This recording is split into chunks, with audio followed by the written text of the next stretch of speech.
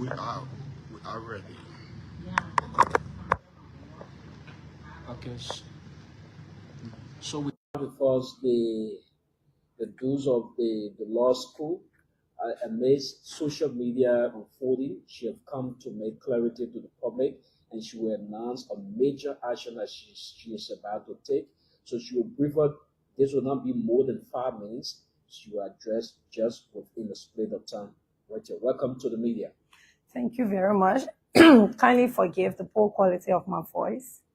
Good evening, Liberians in and out of Liberia, and good evening to members of the press. I want to thank you for the opportunity to come and clarify exactly what is trending on social media. A lot of people will say do not respond, just maybe, but I think we need to set example in this country, especially when it comes to repetition. I believe this is the most prestigious thing that I've built my reputation over the year, and I'm not going to sit back and watch somebody who's looking for, some public relevance to just come and tarnish my reputation. On the 20th of February, few persons reached out to me while I was conducting the homecoming for the Louis Atta Graham School of Law, sending me photos of something that Martin Colley had posted about me being associated with fraud. And that took me aback, because people that know me personally, when it comes to fraud, especially academic fraud, that's something I'm not and will never be associated with. I think our brother made a huge mistake by not doing due diligence, because if he had done that, he would have gotten the proper understanding of what is unfolding on campus. In my write-up on my Facebook page, I have discussed that. I actually wrote about what transpired or what is still happening on the campus. There are certain groups that feel really entitled to the presidency, and for the past 2 years, they've been very disrespectful to me. I've even complained to the dean, which she has not addressed, and they feel like they should produce the president. And once you don't align with them, they come at you. Any development that you carry on, they come and undermine it. So I've never paid attention to them. All I had to do was to achieve what I thought was necessary for the university or the law school. And I think they underestimated my strength, I would say, and my resilience. And by me emerging at the top of my class, it's not news to people I've sat in class with and people that I've lived with. I mean, like in my community, it's no news. I'm not a social media person. I really don't come in the social media showing out and other things. I like to be in my space and just do things privately, because I'm not looking for any relevance. So this is really strange to me that I found a lot of people reaching out, people I don't even know. I appreciate everyone who has reached out to me by call, text. I may not be able to respond to everybody due to my graduation preparation. And because I've never been moved by what Martin wrote, because I know everything he did, he made serious mistake. So let's come to the reality of me falsifying my grades, me having C's that he cannot prove. Under our law provides that the burden of proof lies on the shoulder of the accuser. Martin has not been able to provide the public proper pieces of evidence to substantiate his allegations. First thing Martin said, I got 3 C's. He criminally gained access to my portal, but yet he cannot even show the 3 C's. Secondly, he said, I failed 3 courses. Again, he has not been able to provide the public the 3 courses that I failed in. For clarity, I have never failed in any course since my journey in the law school. I've never failed any course.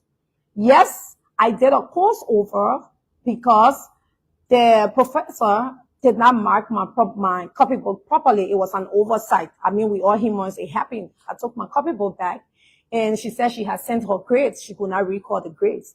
Because I believe in myself and I know I made something way more than C, I decided to do that course over just to improve my grade. And I got A+ in that same course. That's the only course I've ever done over. And it wasn't because I failed. And I mean, I only got one C graduating because the C I did, I was able to improve it to A. So I only got C in one course this semester that I'm graduating with. However, coming to defame somebody, I think it's completely wrong. And the fact that I was able to go to law school, I went to law school to be able to defend myself, defend my family, and defend what is right. And if it comes to me now, I cannot defend myself, then I think I'm not prepared to be a lawyer. Coming to talk about freedom of speech, your freedom of speech, yes, you may be right. However, it has boundaries. And if you would say today that I committed academic fraud, I changed my grade, I've never changed grade.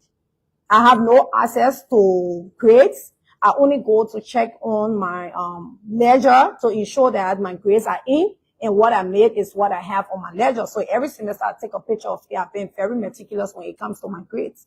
Even my copybooks, I've been able to maintain all of my copybooks that I even shared on my Facebook page. Furthermore, Martin continued to say the school is supporting me. He's calling names, naming the VPAA. The VPAA does not even know me in person. And I don't think that my parent will put her reputation on the line for me. Before she came up with whatever statement, she has legal advisor. She has all the other advisors, academic advisors, that were willing to advise her, I would think. So she would not just come up with a statement if she had not done proper investigation, which she even mentioned in her statement that she did proper investigation. You are claiming dues. Who is your dues? Why can't you name the person? Because I have the highest GPA. Even if I fail in 10 courses, I have the highest GPA. On that note, I'm not going to keep you long. I just came to provide clarity. On that note, since Martin has claimed that I committed academic fraud, and I'm not going to sit and allow this pass. My reputation is very important. For me, for those that know me, my family, my reputation is very important.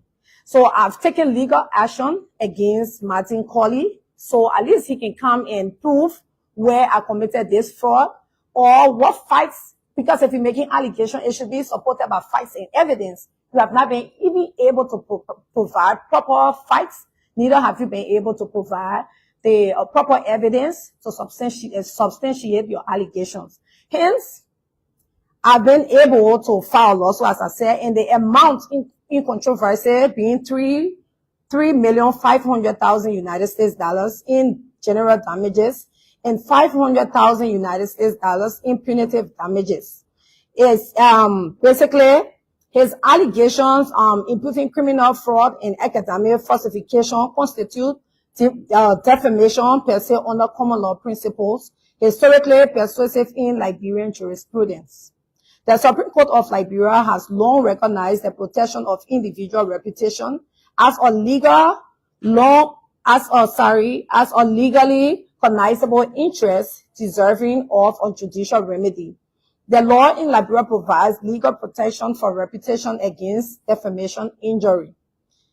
Similarly, while freedom of speech is protected under Article 15 of the Liberian Constitution, such protection does not extend to false or malicious defamatory statements that injure private individuals. Comparative U.S. jurisprudence confirms that defamation actions remain constitutionally permissible remedies where false statements or facts cause reputational harm, which of course he has harmed my reputation. So I would like to end here. This is the document. This is just a pertinent part of the lawsuit that I filed, and that was what I was able to read out. So I will stop here if you have any questions. I'll just take 1 or 2 questions. Thank you. Well, thank you so much. The last was the announcement of lawsuit against Martin Colley. But how are you going to go about this, given that Martin raised this allegation on social media and he's not in country? How do you go about this? So whether you're in country or not, the public he has been able to use the platform is basically in Liberia, it's about Liberia. And I'm not going to explain all, but the law has its way of reaching to Martin Colley, and he will definitely be reached. And with that, did Martin ever call you to ascertain as to whether the allegation you raised, like the NC, the NA, and all of that, to just get your side of the story before he went to the public? Did he ever call you? Well, excuse me. Well, I think if he had done, he would have gotten the proper understanding of the politics on campus that they have gotten him involved with. No, to answer your question, he never called me. But he has just been making allegations without any proper evidence or the proper facts. If I heard you right, my last question. You said Martin might have been involved into the petty politics on campus, and is being used by those people who want to get at you. Do you know these people? Will you press charges against them for, spilling lies, with your character? I think that the first step is to start with Martin, and then whatever thing that is deemed necessary, will definitely handle it. And basically, if you ask if I know, then yes, we all attend the same university, or I would say attended because we are done now. Basically, these are ladies. I will tell you for a fact, it's not like women being emotional, because for me, I'm not the emotional person. I take my time to address issues. These are ladies that when they see things are happening or you're being successful, I think all of what they're doing comes from personal hate. Because everything they're running with, writing on their social media handles and stuff like that, that Martin, is sharing on his page, they are the same people that are part of the organization that they really conduct themselves like sorry to, any other organization that would think, I'm trying to bring them to public disrepute. No. But this particular organization, they behave like it's a cult that you have to be a part of. And since I've been in the school, I believe that I should not be part of any society or any organization. It shouldn't be the means of me excelling in life. No. I should excel based on my hard work, my dedication. So I should not be aligned with a particular person or particular group in order for me to be popular or to be, a person of status. No, I work for everything I've ever earned. So these ladies that you see writing, if you go to their personal pages, you will see all of them part of the same organization that I talked about. And some of them that you see writing, they are their likes, they are friends.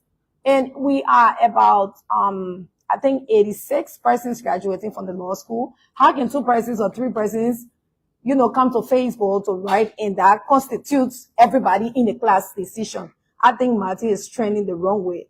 As much as we all want the best for Liberia, especially educationally, and we want, if you're even conducting any research on somebody who did not enter a school properly or who did not achieve certain academic awards, to it in good faith. But I think Martin did not act in good faith. Hence, the rest of them that are coming with their allegations, if I deem it necessary to address them, I will definitely do. There's remedy at law. So that's why we have the laws to protect all of us. Well, lastly, from my end, amazed that the university authority, through the president, reaffirmed the decision from the law school that you remain the dues of the university. Has there been, ahead of the graduation, have there been any further call made? Look, that we are calling you for an investigation. Come before, has there any committee from the university sending you an invite that, look, we need to go through further investigation, or this statement from the university still stand as the dues of the university? So I was informed a long time that I'm the valedictorian for the 105th graduating class of the University of the Louis Arthur Graham School of Law, University of Liberia. There has been no time where I was called for investigation, especially today when Martin claimed that the board convened just to, look at or to reopen the investigation. That is not true. He said 3 o'clock is now 8 p.m. There's no result. Martin is misleading the public. He needs to stop. I'm calling on every female to kindly unfollow Martin, because his sources he's using for his information, they are not correct. And I think he's not doing Liberia fair. He has done it to a lot of prominent women in Liberia that's of substance. He has done it to them. He tries to bring women down. I think he has this inferiority complex. When he sees women are doing well, he wants to come at them to bring them down. But I think this is his first stop. I am his first stop. Well, thank you so much for talking. Thank you.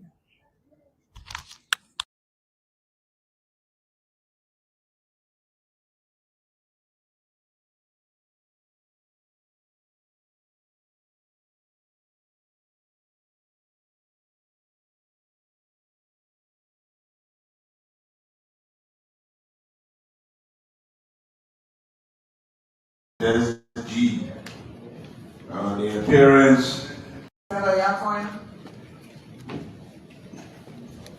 Thank you, Madam Pro Tem. Madam Pro Tem and distinguished colleagues.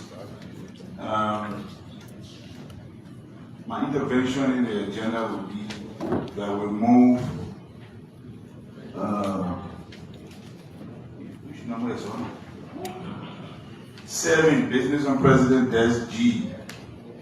The appearance of the ministers and other officials of government have been invited since this morning. They've been here for a little over an hour and a half, and every one of them are here and present. And so I would wish that we bring their appearance forward, given the importance of what we wrote them and the importance they too have attached to the country. So I wish that we move it forward. So that will be after business on President Days. All right. Any other intervention? No, the honor business already. But you have to read the communications on business on President Days before you get it. Thank you. Any other intervention? Motion to adopt? All in favor say yea. Against? Secretary.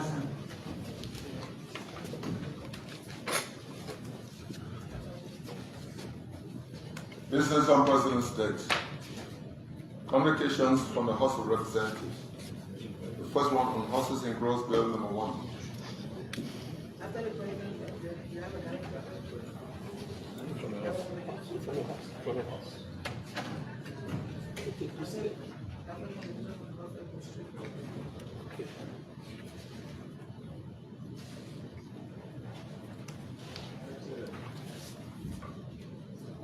The Honorable House of Representatives, Office of the Chief Clerk, February 23, 2026. The Honorable Senate in section, Capitol Building, Capitol Hill, Monrovia, Liberia. Honorable Protems and members.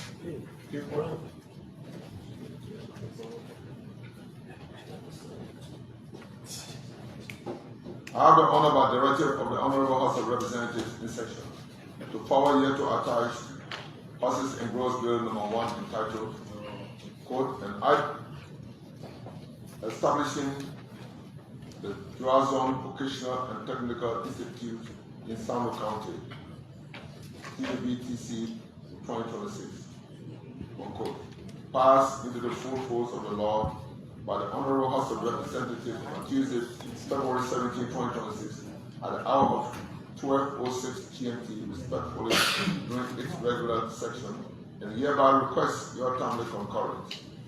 Please accept, Honorable Protem and members, the renewed assurance of my highest esteem.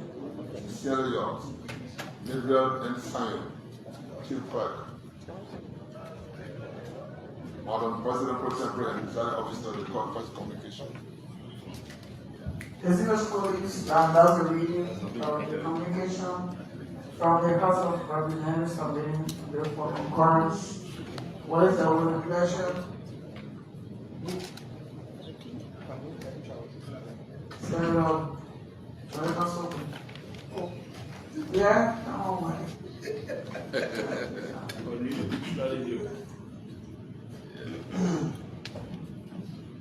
Madam Pro Tem, colleagues, with respect to the communication sent to us by Madam Gabriel Sayon, the Secretary of the House of Representatives regarding the Glasgow Vocational and Technical School. I move and we second that the communication be received and sent to the necessary committee for its action.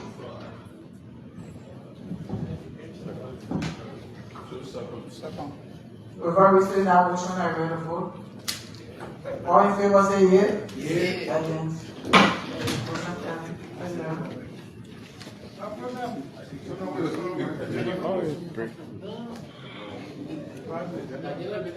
Madam President. No,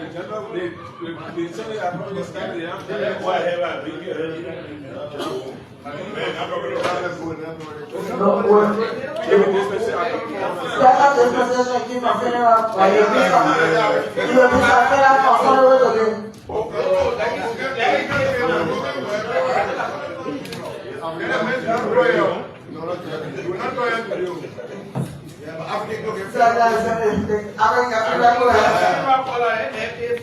Why you think? But everybody else has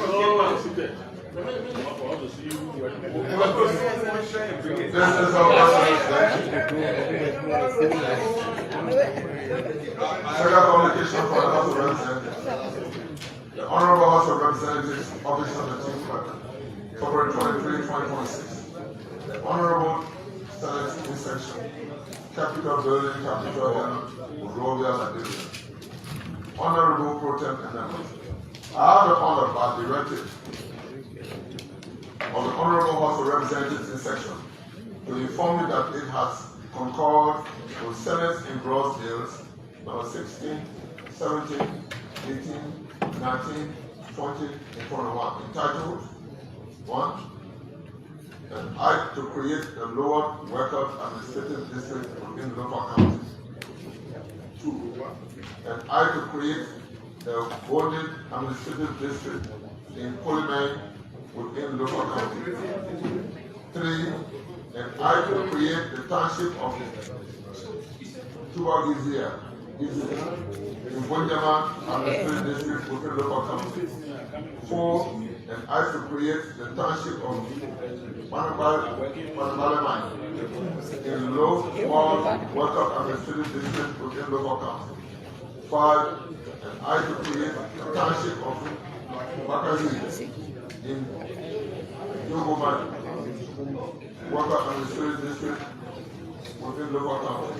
And 6. An act to create the township of Pakamai in lower worker administrative district within local county. The above mentioned bills were passed into the full force of the law by the Honorable House of Representatives on Thursday, February 19, 2026 at the hours of 12:06, 12:10, 12:15, 12:45, 12:32, and 12:40 GMT respectively during its regular session, with the amendment that Zugayama administrative be amended as voted with headquarters in Pullman. Please accept Honorable Pro Tem and members the renewed assurance of my highest esteem. Sincerely yours, Mildred and Samuel, Chief Clerk, House of Representatives. Madam President Pro Tempore and Presiding Officer. Distinguished colleagues, we've heard the reading of the communication from the House of Representatives informing us that they have concurred with us on several bills that were sent creating districts and townships in the 5 other counties. What is the will and pleasure, Senator Jala?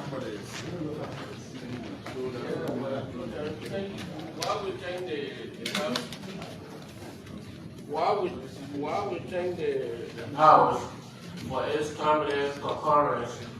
There's a variance in one of the instruments, which is the the city is changed. So it might require your intervention for a conference on that one, but all the other bills could be across, after the conference resolved the last one, to be sent to the president for signature. So I think all bills before us for the creation of township, districts, and cities to require the intervention of the leadership before they're submitted. Because there's some issues that we have to address. So I would ask that the leadership be on this matter. So we won't have the same result that we had the last time. We took all the measures. So that will be discussing the leadership room. So I will hold this. I'm not the leadership. I don't want to make my point. I'm not the leadership. No, so I already heard your motion. We will cease the motion and leadership will be on all these bills before we make a final decision. Thank you. So good evening, good afternoon, good morning, depending on your location and where you're watching us from. The extent, we'd like to say welcome to BKS TV and welcome to the Heat Hour program here on BKS TV. On the Heat Hour, we say dialogue and not confrontation. We say words and bullet. In tonight's edition of the show, I will be hosting the EULA Women Empowerment Committee from the United States of America. They join us here tonight on the show to discuss their awareness about the drug crisis in Liberia. It's going to be a wonderful, wonderful show. It's going to be a great one. And of course, it will be a mouth-watering show to us. Well, let's try to bring you a few updates before we bring on the panelists who are already in the back too as well. But let me recognize those of you watching us. Shadrach Wigan is watching us from San Nicolas City, Nima County. This person, let me get this person. Moses Zerpe is watching us from Bone County. Mr. Aloysius Alexander Tinte Jr. is also watching us from Canada. Emmanuel T. Dickerson is also watching us from Kigali. Joseph Bemi is watching us from Bone County. Mario Kroma, as always, Mario is watching us from Complex City, Nima County. Let's try to bring you this one. The Bishop of the Lutheran Church in Liberia, Reverend Dr.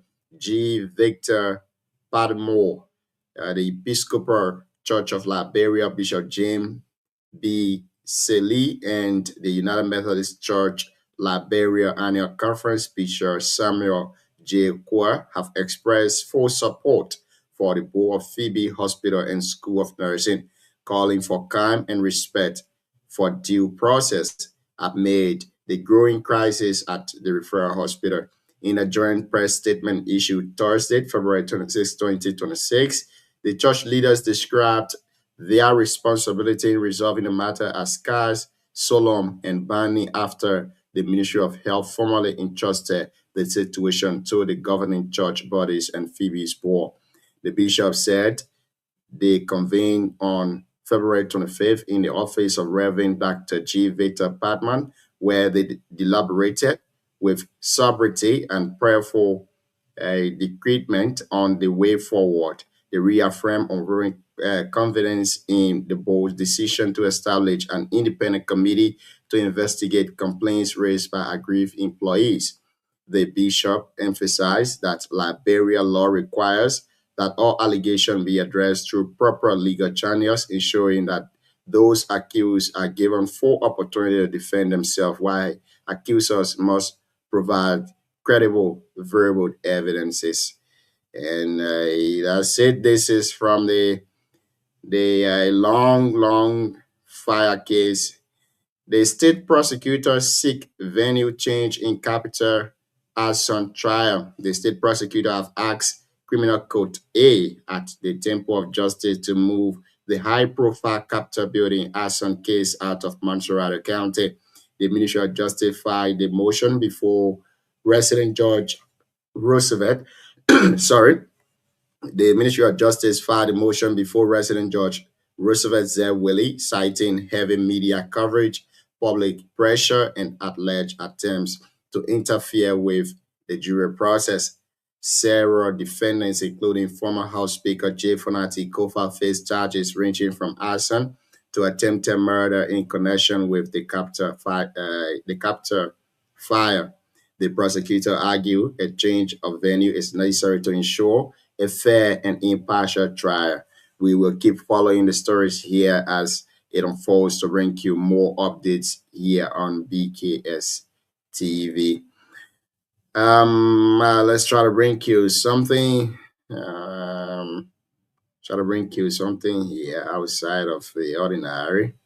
Again, if you are just joining us, we want to say welcome to all of you. Those of you watching us via Facebook and YouTube, we want to say welcome to the show.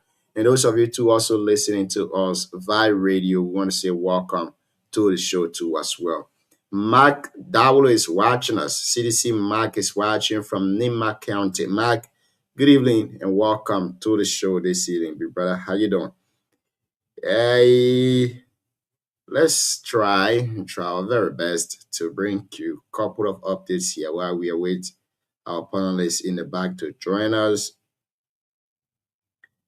The Board of Trustees of the University of Liberia have launched an investigation or have recommended that the administration withhold the announcement of the law school dues for the graduating class pending the outcome of an investigation. The decision follows a complaint filed by several graduating students and additional information that recently came to the attention of the university administration and the board. According to a statement issued in Monrovia, the board said it had advised the administration to table the matter of declaring a dukes during the upcoming graduation exercise until a board commission investigation is completed. The board noted that an earlier statement by the university president was based on the information available at the time and did not reflect the additional details now before both the administration and the trustees. Justice indicated that confirming a law school dues after graduation will have no material impact on the ceremony itself. The board extended best wishes to the graduating class and urged students to remain law-abiding during the graduation period. That's from the university. And the Deuce herself, too, she has something to say this evening. The Deuce of the University of Liberia School has filed a lawsuit seeking $4 million in damages against activist Martin Colley for alleged libel. Court records show that Madam Ezekta Jones Howie, a final year student at the Louis Arthur Grant School of Law, filed the action for damages for wrong before the 6th Judicial Circuit Court, Civil Law Court for Montserrat County during its March 10, AD 2026. The case is The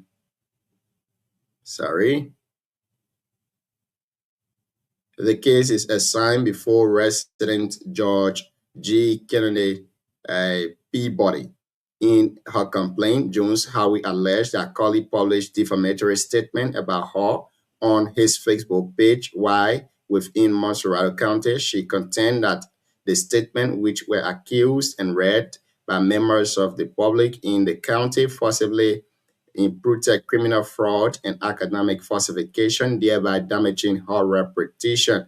The plaintiff is seeking $3.5 million in general damages, $500,000 in punitive damages, asserting that the allegation constitute defamation per honor our common law principle recognized in Liberia jurisprudence. According to the filing, value is proper in Montserrat County because the defendant resides there and because the alleged defamatory material was published and circulated within the jurisdiction.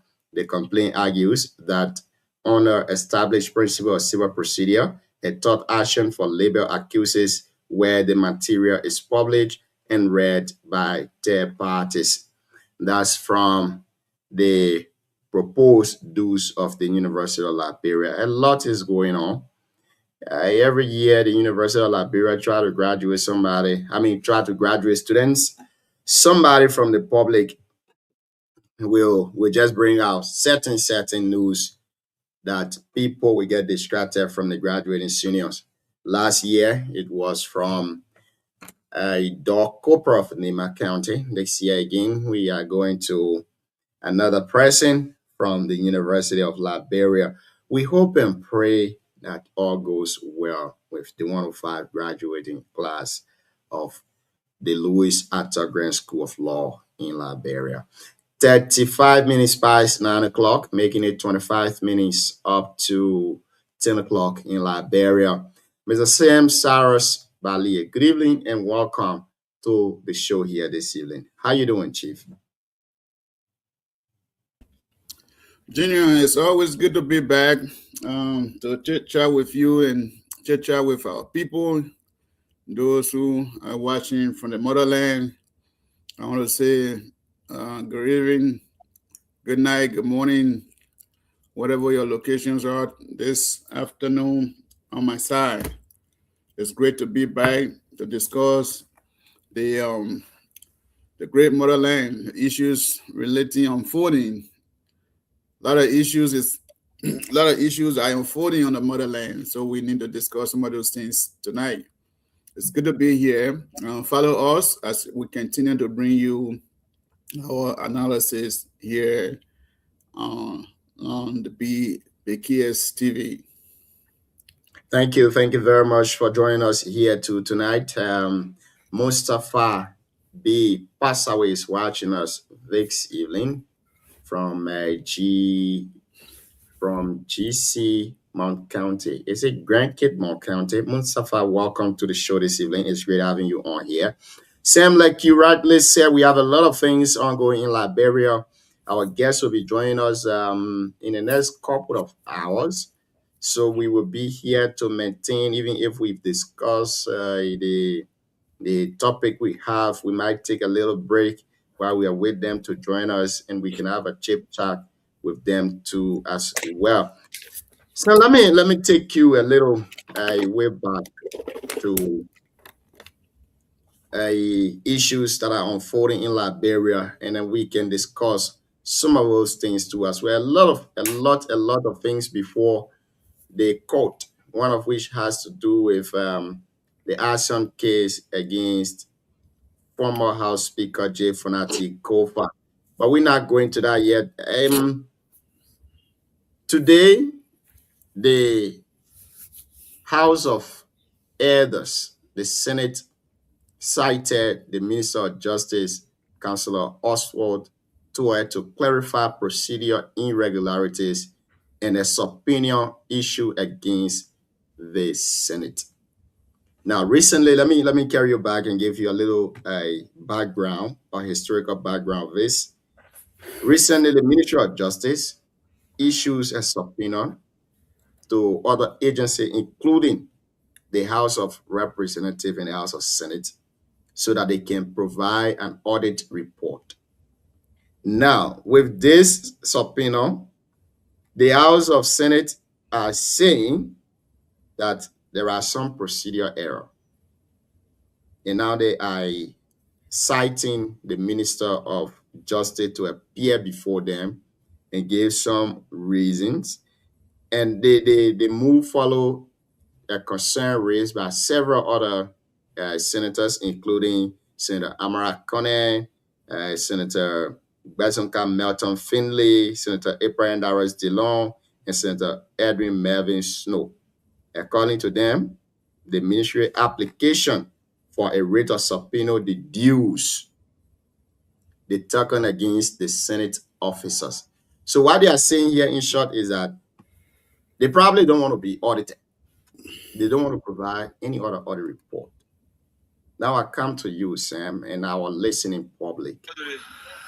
With all of the things that we're facing in Liberia, the financial misappropriation, financial crime, and all of that, the honorable houses are of no other, exclusion from those things. Now, with the Ministry of Justice citing these people, telling them to provide other information, and they're now saying there are procedure error, inviting the minister to appear before them. Do you think the minister work is going to be compromised, or is going to be somehow put fear in for him to not do his work based on the power that the House of Senate have? So sorry, Junior. Somebody was testing me. So you, if I got you right, so this Senate sent for the Justice Minister because the Justice Minister had issued a subpoena, and then they said that there was a procedure error for the subpoena. So who the subpoena was? Who the subpoena was? It Senate? Yes. So the House of Senate, Junior. So they are saying now that this is a misappropriation of power, and there is also the rights given to them as per our constitution, separation of powers. They are different. They do things differently, so they don't They don't adhere to the executive. They do their own thing as legislature. Now, my question is, this is the right procedure for the ministry. We need to know what is happening in the House. Do you think the minister is going to be swayed away by the senators, maybe whatever step they would take against him? So, Junior, I'm not, when it comes to law, especially, I know there are 3 separate branches of government, but, and I think, I'm not sure about this, but I'm thinking that the Justice Ministry, in order to issue a subpoena to the Senate, the approval, there might have been something crime committed there, or suspicion that crime has been committed, or because, and it has to be, I think, I'm not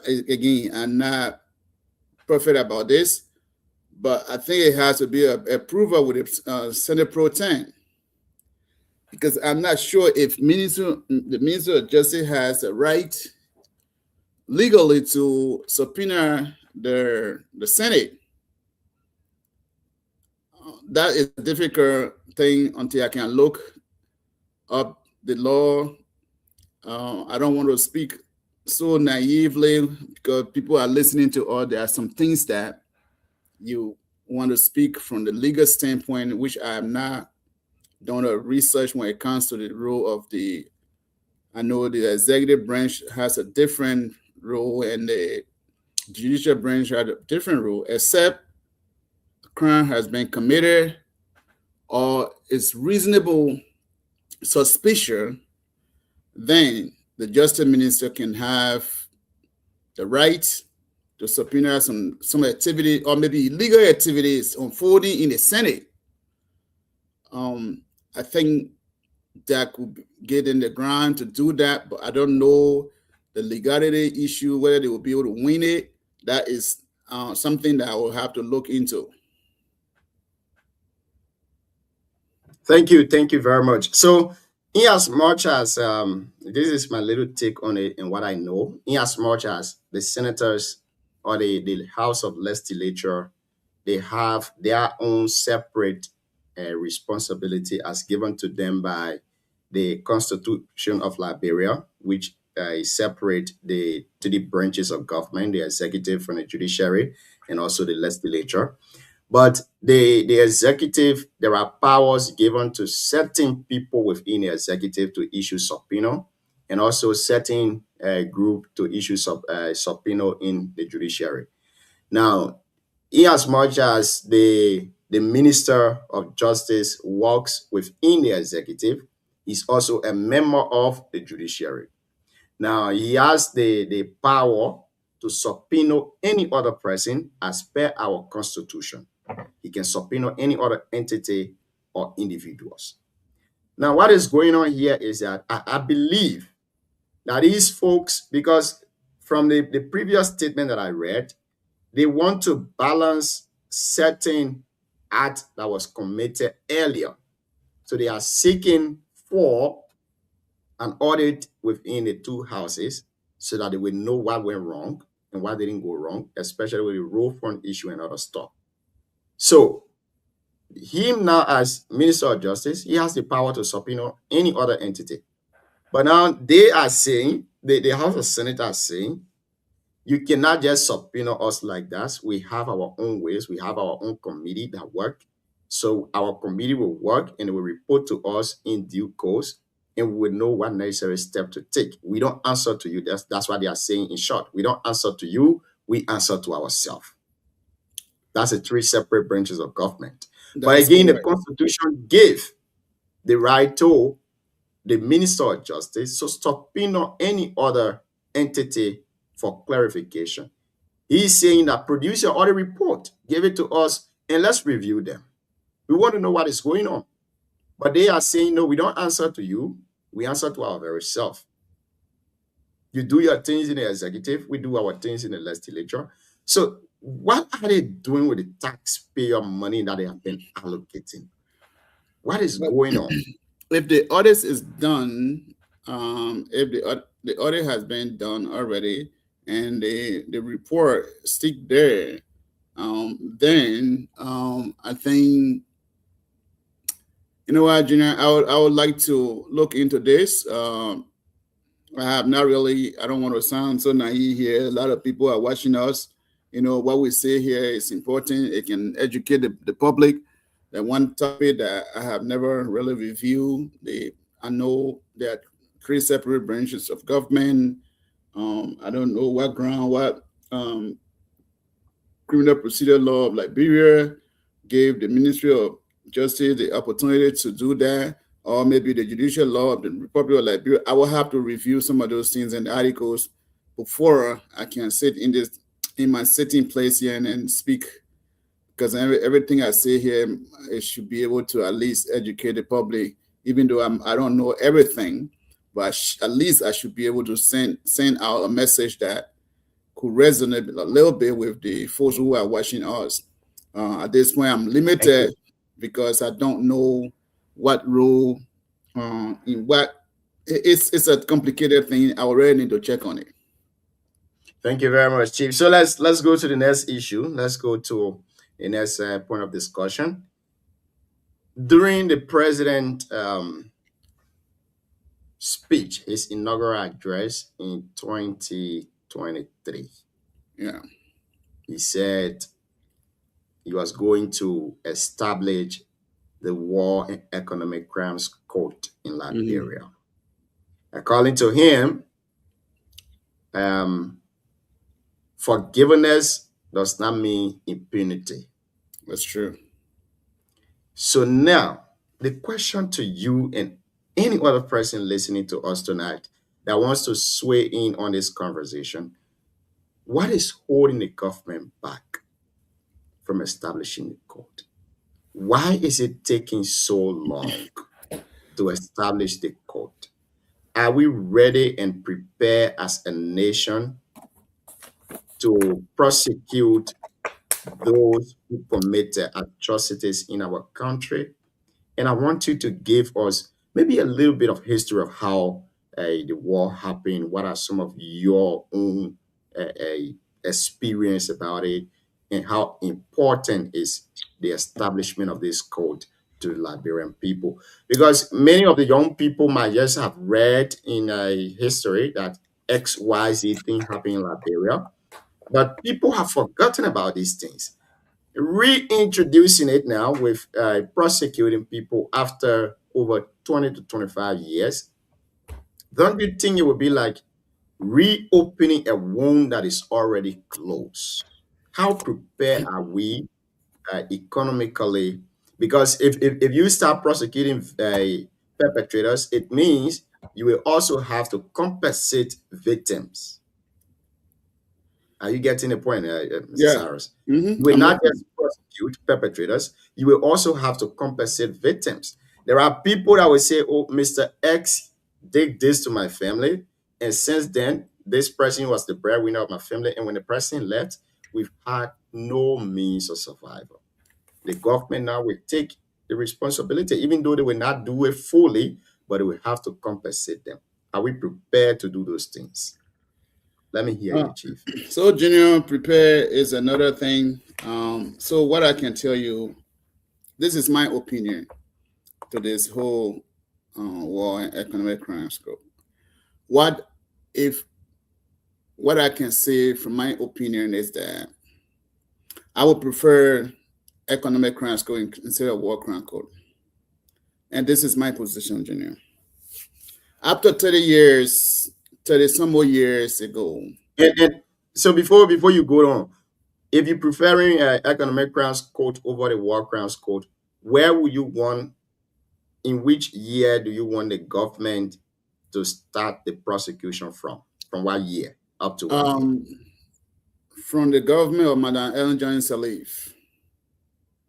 Okay, great. Go ahead, Chief. So, Junior, I see it this way. You know, I know a lot of people might disagree. That is okay. But I think that 30 some more years ago, to be specific, since 1989, December 24th, 1989, when the MPFL launched a brutal civil war from the border of Butchu through Monrovia. Yes, there were a lot of killing done.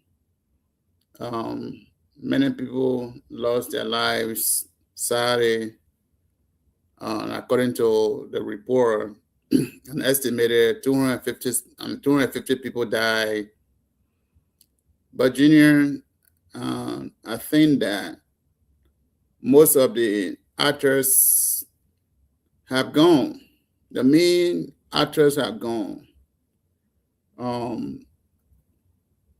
Young people who were born during the war period, some of them are 30 years old now, some of them are 31 years old now, some of them 29, 25. So at this point in time, where the main actors, mostly the charge to the special forces, bulk of them have gone, they're dead and gone. Some of those folks that you've seen there around, those are people that we call them the junior commandos. When we refer to junior commando at that time, those folks that didn't go to Burkina Faso or Libya for training, those folks that were trained right there in Liberia, in places like Ball Play, Tear Play, you name it, Batara Base, and all those places, we refer to them as junior commando. So junior commando, some of them became more powerful. They were more powerful than even the special forces that came from Libya and Burkina Faso. I want to believe some of those junior commandos are people like Yeke Koluba. Yeke Koluba was just a little child. He was part of the SBU, small boy unit. People like Metan Blai, some of those people who were fighting, they didn't go to Burkina Faso or Libya. So they were trained with different factions. Yes, we got those some of people like that in the community. But Junior, what is the impact now? Some of these people, the main actors are gone. So I think that forgiveness at this point will be a better thing. We move forward. Young people who came to this world now don't know, they got no idea about the war. When I say no idea, they didn't really experience the physical happenings of the war, but they might have read about it or might listen to people talk about it. So at this point in the history of Liberia, I think it would be important for us to move forward. The time that this war chronicle would have been settled on, the timing is wrong at this point, from my opinion. I think during the time of Madam Ellen Johnson Sirleaf government, at that time, the war chronicle has been set up. Junior, a lot of people would have been, it was the best time ever to establish the war chronicle, because at that time, a lot of those actors were still around. But at this point, many of them have gone. Maybe a few people who were pretty much naive, but they brought them into the war. They didn't actually go to Burkina Faso or Libya for the full training. So, but junior commandos just got into the war. They grabbed them, they trained them right there in Liberia, and they took part in the war. So I think it is important at this point as a country for us to move forward. After 30 years now, is not important. What is important to me now is how we can rebuild our country. In rebuilding our country, I think it is important and it's paramount that we set up the economic chronicle. And the reason is that, Junior, there's too much stealing in Liberia. For there'll be terminology like embezzlement. I don't want to use the words now. For people who are listening to me from Bible now, so they can understand. There's a lot of stealing is going on in the country. People go into government with the ideology of stealing instead of serving.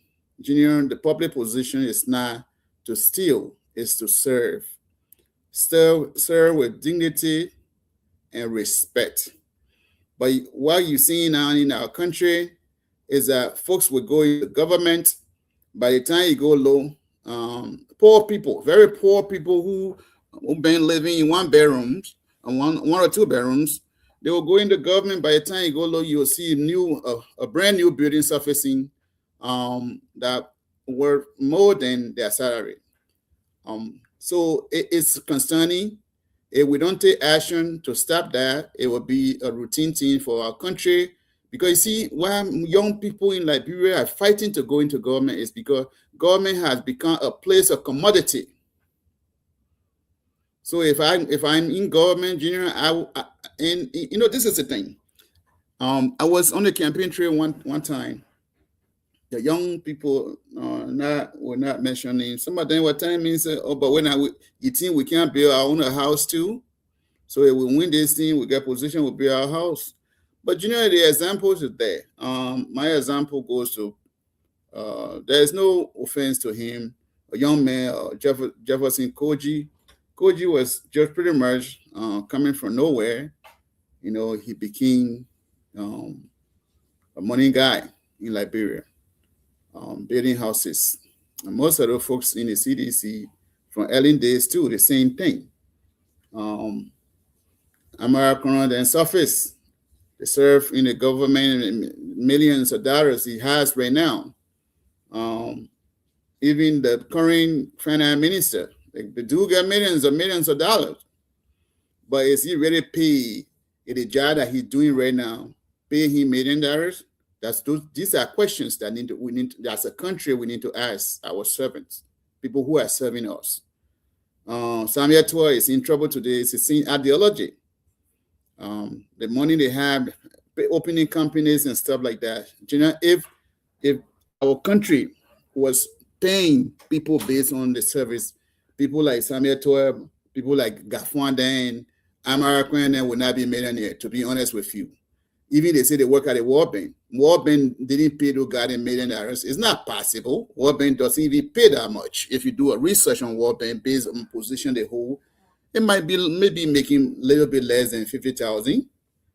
It doesn't give them meaning. Like even the United Nations, they're talking about people think that when you work for United Nations, you make a lot of money. That's not true. United Nations doesn't even pay. So these guys are millionaires in the country. Okay, people in the Senate and House of Representatives. See, Senator Snowden, they are millionaires in the country. A bulk of them. So, Junior, I would really prefer, in order for Liberia to move forward, for Liberia to have the development we want, the kind of skyscraper that we want to be built in the country, to even decentralize, to have the opportunity to decentralize, Junior, we need to close those loopholes. We need to investigate people, people who have this $1 million. Let them come. Let them invite them and explain to us how they earned this $1 million. You know, there are some people who get $1 million and they brought in the country. How they get these millions of dollars in the country? It's all government money. You know, to end this, when you put in Google or something, you say millionaires in Liberia, you can see that most of those folks that will come, those are people who are serving government. Only a few business people need will appear, but many of those millionaires, the so-called millionaire in Liberia, they are people who are serving government. It will really have a real economic crime code, who the judges are not polluted and their minds are not polluted, and we got a judge that really want to serve the country and follow the right thing. Junior, a lot of that jailhouse sub-beach will be small. We'll need to build another better, build a lot of prisons the bulk of those millionaires will go to prison. I'm not accusing anybody, but I think that what will happen. So I think World Chronicle is just another waste of time, waste of money. The little money we have to, I think in 2005, if I'm not mistaken, Ellen Johnson Sirleaf proposed that we should relocate the capital city to Zikepa. That was the 2011, the 2011 campaign message. Yeah, that's correct. So Monrovia, as we all know now, is very, very congested. That's why you see it breaking down the houses. No matter what they do now, Monrovia will not. People who build Monrovia from this country, they didn't do good for Liberia because they build houses. There's no numbers. And it's a disgraceful thing in our country that when you go to direct somebody, say, oh, when you pass by that White House, you go to get to the brew house, and then you will see another yellow house on the left side. It is graceful. We need to number our houses, but then how do we do that? We're seeing around and everything. Well, so we need to relocate the capital city and build it the right way. But in order to do that, there are a lot of money in Liberia, lots of money in Liberia. People are sitting down on it. So economic crime score will be good for Liberia at this time. World Chronicle, waste of money, waste of resources for nothing, and the case will not go anywhere, zero. These people, the main actors, bulk of them had gone. Unfortunately, they're no longer around. So I will stop here so far. Thank you. Now, this is our most important topic for tonight, so we might have long conversation on it. Here is my take, though. The War Crimes Code was a pressure from Washington. Let me say this tonight. The War Crimes Code was a pressure from Washington. What do I mean? When the president took over, they entrusted him that he would take charge and be able to prosecute few individuals, not just everybody. And one of those people,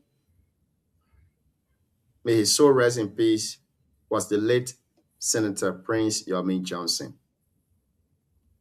Cyrus, if you followed the signing of the bill to create the War and Economic Crimes Code, you realize that one Arlen White from the US, the same day they were signing that thing, the paper, the same day he was in the house, he followed the process. He was very happy when the entire paper got signed. What I'm trying to say here is that many of the decisions that our government takes in Liberia is not made by them. I'm saying this from the study I've done on the way our democracy work and the way they have been proceeding. Like you said tonight, I agree with you what you said. We do not need War Crimes Code after 30 years. Who are we going to prosecute now? Many of those people, even the one you're calling the child soldier, the XYZ, many of them now, they hold top government positions. They got diplomatic passport, Sam. So any other mistake, you will see these people, they will run away from the country and will go sit down somewhere else. Now you will see victim, you've already recreated another wounds. They will start to complain, and these people will not be brought to justice. They got money. They got the resources. They can go to live luxurious life outside of the country. They will go to somewhere where you have no extradition treaties, and they will live in those countries. It will be free. But here is what we needed, and here is what we still need. What we need now after 30 years is we need economic crimes code. So many things happening in Liberia that people don't think of going after those people. They only focus on government, and not just government, but few individuals within the government. Sam, I'm not saying this to denigrate any other person in Liberia that is working very hard. But how much do we have in Liberia? Somebody will be doing, I don't know, a keke business, and you see that person is building mansions. But there are no entity to go after ordinary citizens who are committing economic fraud, economic crimes. We don't see those entities going after them. The only cases we know of are cases with individuals who are in government. And our country does not just operate on government officials. We got ordinary citizens too that are committing these economic crimes. We got ordinary citizens that are committing them. So the whole thing was, for me, I continue to say, it was a bluff. It was a showmanship. One may say it was directed against the late Senator of Nima. So since he's no longer alive, they will not discuss that anymore that much. But the War in Economic Crimes Code, this is something we need. And Sam, when you said we should start from the regime of former President Ely Johnson Sirleaf, I agree with you. But I also want us to go back a little bit. Let's start from the regime of Samuel Kayando, coming to all of the interim president at that time, and then to Charles Taylor, and then Madam Ely Johnson Sirleaf. Many of the rich people you see in Liberia today, some of them got their wealth before Ely Johnson Sirleaf became president. They looted the Liberian people money. They stole from us. When those atrocities were being committed, they were there looting the Liberian people money. I listened to a couple of TRC reports. I listened to the TRC confession that was given by the late Senator Prince Johnson. He made some grave allegations within his report. According to him, when they took over the country, there were huge money within the Central Bank of Liberia. Nobody knows how that money was used. Up till now, if you ever hear about the 40 feet container that got missing, that's how our country is. 40 feet of money, container, 16 million or whatever, got missing. Nobody's speaking about it again. No arrests have been made. No investigation into it. The whole case has died down. The Liberia National Police not investigating it anymore. So it seems like something like that never existed. If we have this kind of system and you want to go back to the 80s, start to track people down, where is the system that we have? We don't have them. How prepared are we? I mean, Liberia has a government, but we're not prepared. Victims' compensation is one key thing in international crimes prosecution. When you prosecute perpetrators, you also need to compensate victims. International criminal law, they got something called victim participation. How can the victim participate? You also need to compensate them. So we're not prepared as a country.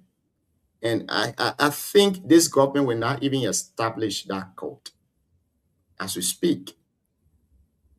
The Minister of Justice issuing a subpoena to the Senate, and the Senate saying, no, we got our own things that we can do.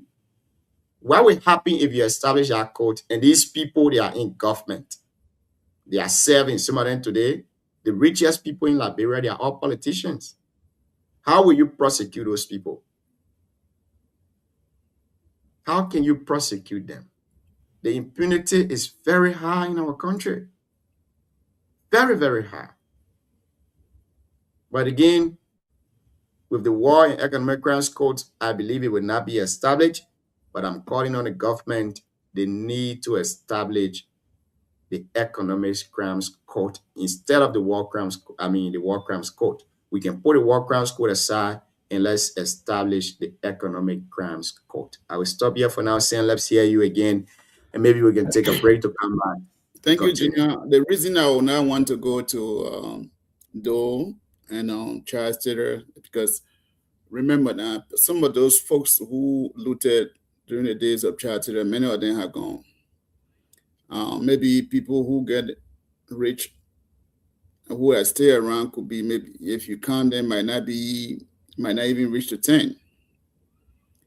So the time that we really have a democratic government is from Ellen time, where, like you said, let me go back a little bit here. So yes, you made a point, good point here, Junior. The United States of America, where I live, we're not getting nothing free. So what happened to Ellen? I think I was doing some research. I came across some document. When Ellen took power, there was aid that was awarded to Liberia. And every package that America gave you aid, there's a condition attached. One of the conditions that I read was freedom of speech to be promoted. So, Junior, the amazing question was, a country that just came from war to promote freedom of speech was something that I found it difficult.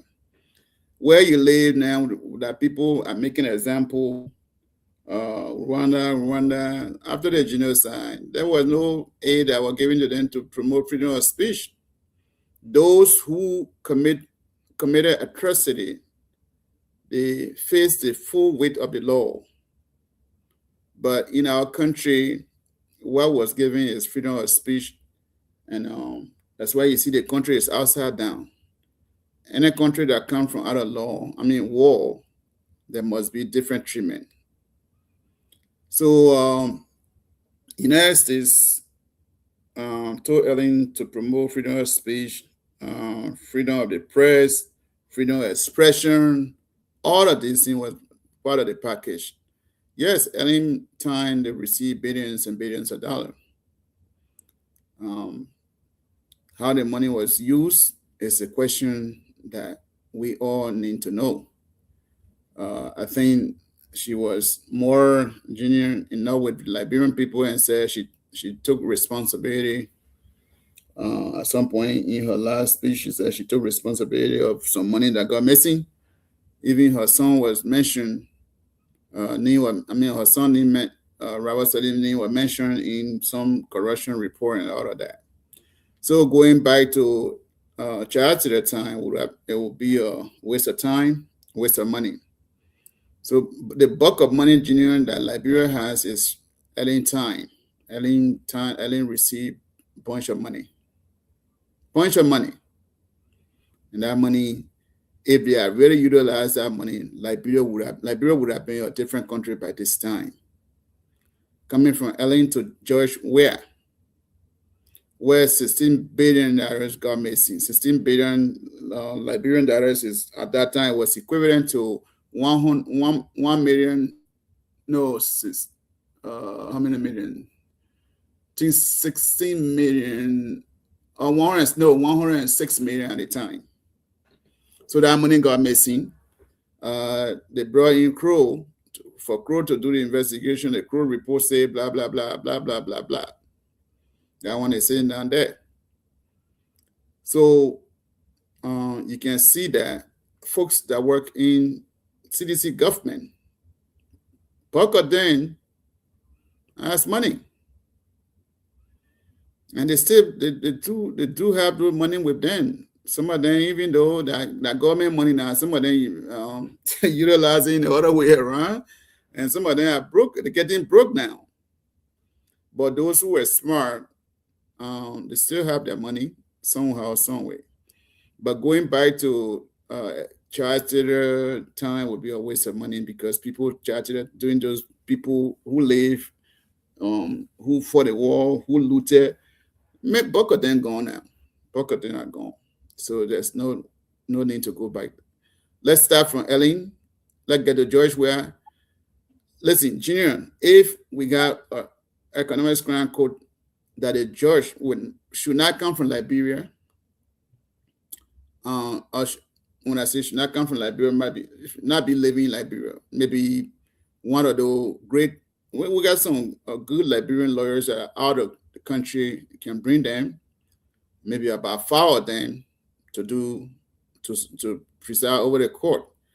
Because the reason I'm saying this is, in Liberia now, these judges, they know each other. These the perpetrator, the accused, and all of those people, they know each other somehow, some way. They know how to get their way around. But if you brought in a guy who went to school in England, maybe who had not been in Liberia for a long time, who didn't go to LU together, Louis Grant, whatever law school is, Junior, the approach would be different versus, because this, listen, when it comes to law school, criminal justice, these are culture. If I am, because folks that are going to Louis Grant's School of Law, they all know each other. Some of them are lawyers now. You think you would really go and just be tough on somebody that you're studying together with? Some way, somehow they will find means to put a thing under the carpet. But if you brought in international lawyer who went to school in England, maybe United States of America, who had no contact with anybody that went to Louis Grant School of Law, maybe 5 or 6 of them, you bring them, the way they will proceed will be different than appointing someone from Liberia. The way they will proceed will be different. If we really want to make sure that the Liberia move forward, we need to use those methods, and things will work better. 1 second, Junior. Great. If we really want to move Liberia forward, we need to do things that will also move differently. And so that's it here this evening, folks. If you are just joining us, you're listening to the Heat Hour program here on BKSTV. On the Heat Hour, we say dialogue and not confrontation. We say words and not bullet. We've gone 1 hour, 17 minutes in the show. Hey. Sam, welcome. So, Junior, sorry, I'm back. My job was calling me. So, yes, I think when you do that, and we will uncover lots of money in Liberia. There are money. Listen, do you know how big is Liberia? The money is just circulating in Monrovia there.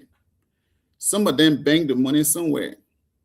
So if we brought in 4 or 5 of those international lawyers who are really not just flaccaget lawyer, the seasoned one then, like the guy that was even one guy, Molu, the guy who could not compromise. What is his name? Something Molu. He worked in agency government, auditing general, something like that. So we bring in some of these guys, they would do well versus folks that have gone to school together, who mingle together, they say together, they do the bar, they do the bar examination together. Junior, it's tough to school classmate to punish. I mean, it's a connection. So for Liberia to move forward, we need to do those things. Who is in a good position to do this is President Joseph Iman Barker. And the reason I'm saying this is look at his age. He always said that he's not running for re-election. So Joe Barker is in a good position to make history, that Liberia will forever and ever remember him, in a lot of these things. But most of the folks in Liberia, those are people who are thinking about election, so they don't want to come down hard on some people. But Joe Barker is in a good position with no disrespect to him. With age, if he's not really looking to rerun, with age now, he is in the best position to set a record in the Republic of Liberia, to make sure that people who are going to government with the intention of making money, there should be a regulation to stop those folks from doing those kind of things. When they do that, Liberia will really move forward versus the recircling politician, according to recircle politician. In 2029 coming, all of them passing around, they will recircle. And that the so-called democracy we have in the country, because Liberia, one party cannot win. You will need some kind of party, and where they got a rotten politician, and you can't win and just not give them position. You will still give them position. So it's tough, but we need those things. And I'm calling on the dynamic president. I think we call him Talk and Do at this point, bringing your machine in the country. I think he has a big task to do. Let Liberian people say, yes, when Joe Barker was president, he set precedent. Again, I would really love for Joe to set that economics chronicle and forget about war chronicle. Bring some judges from out of the country. Let's deal with some of those people who think they get money. Let them tell us where they get this money from. Thank you very much, Chief. We're going to turn when I was doing 2 minutes in the show here tonight. We'll take this break, and when we come back, we will be going for another discussion. As we said earlier, we will be hosting the EULA Women Empowerment Committee. They will be joining us here tonight on the show as they create awareness on their upcoming program, which will be held on Saturday. The Say No to Drugs campaign too as well.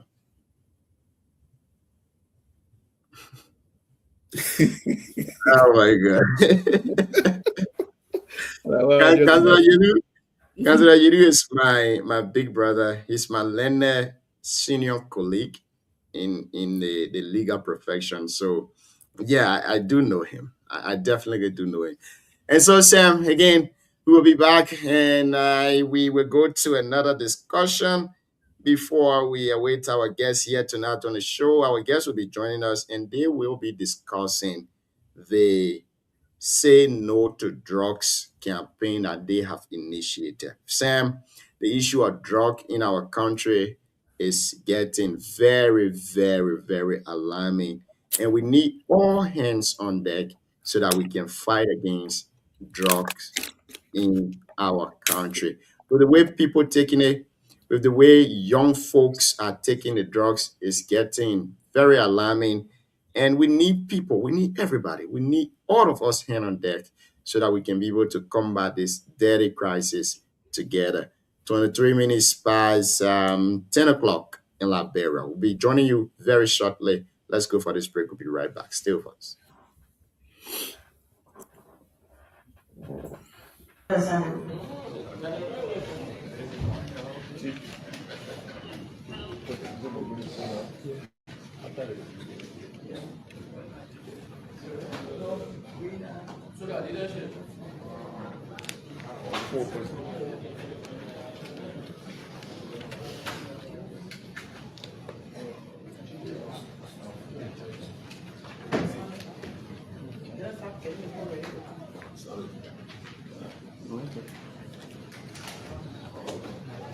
Communication from Senators Amara Conan,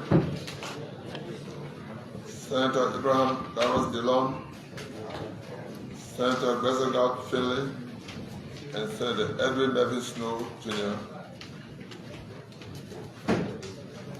of Bapuru, Mosrado, Grand Bassa, and Bomi counties, respectively, on a request to invite the Minister of Justice to clarify procedural irregularities surrounding the subpoena issued against the Liberian Senate.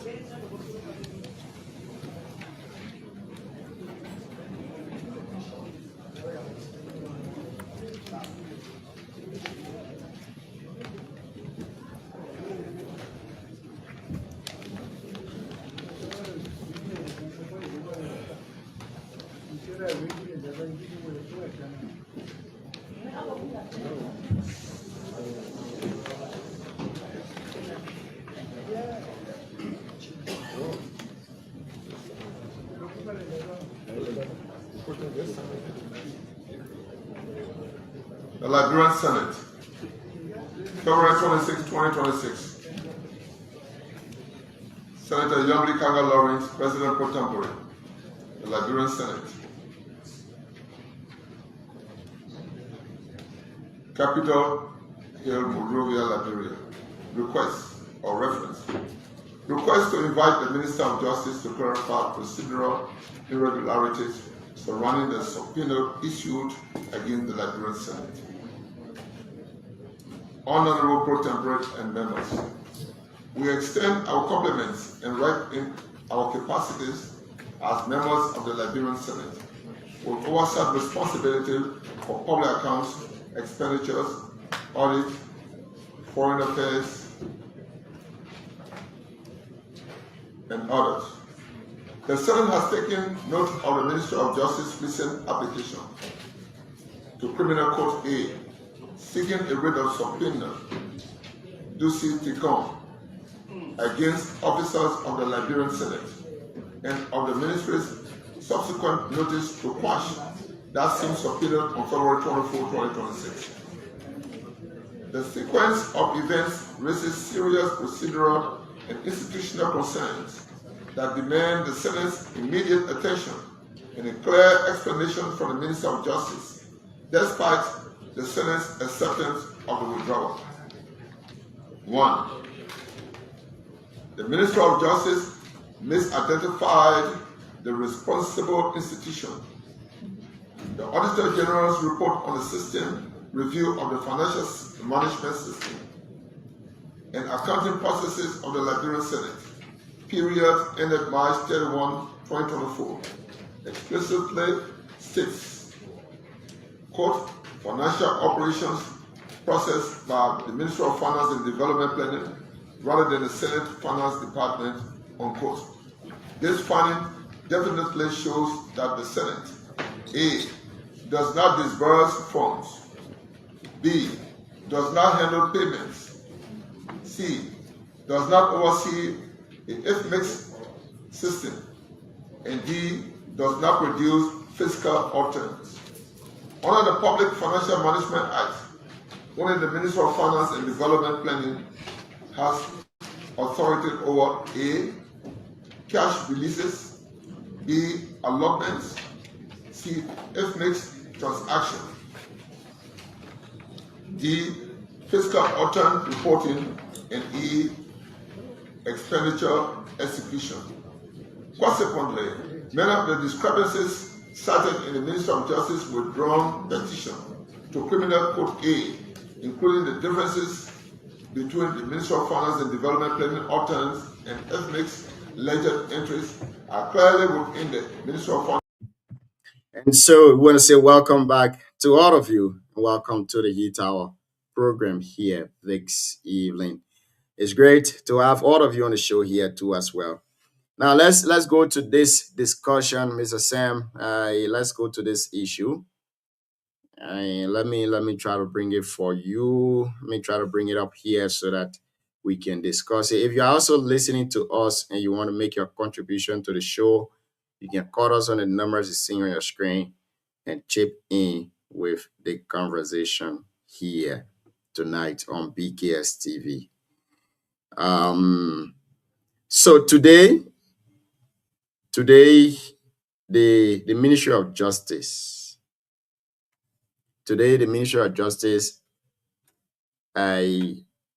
through the state prosecutors, seek to change the venue in the most talked about Capitol building arson trial. Now, according to the state prosecutors, the reason why they are asking the Criminal Court A, Criminal Court A is located in Monrovia at the Temple of Justice, just in case you don't know. The reason why they are asking for the Criminal Court A to transfer this case out of Montserrado is because of what they claim to be a public tension According to them, there have been a lot of public tension behind them. And they also talk about the high level of media coverage. And another thing they mentioned was tampering with jurors and all of that.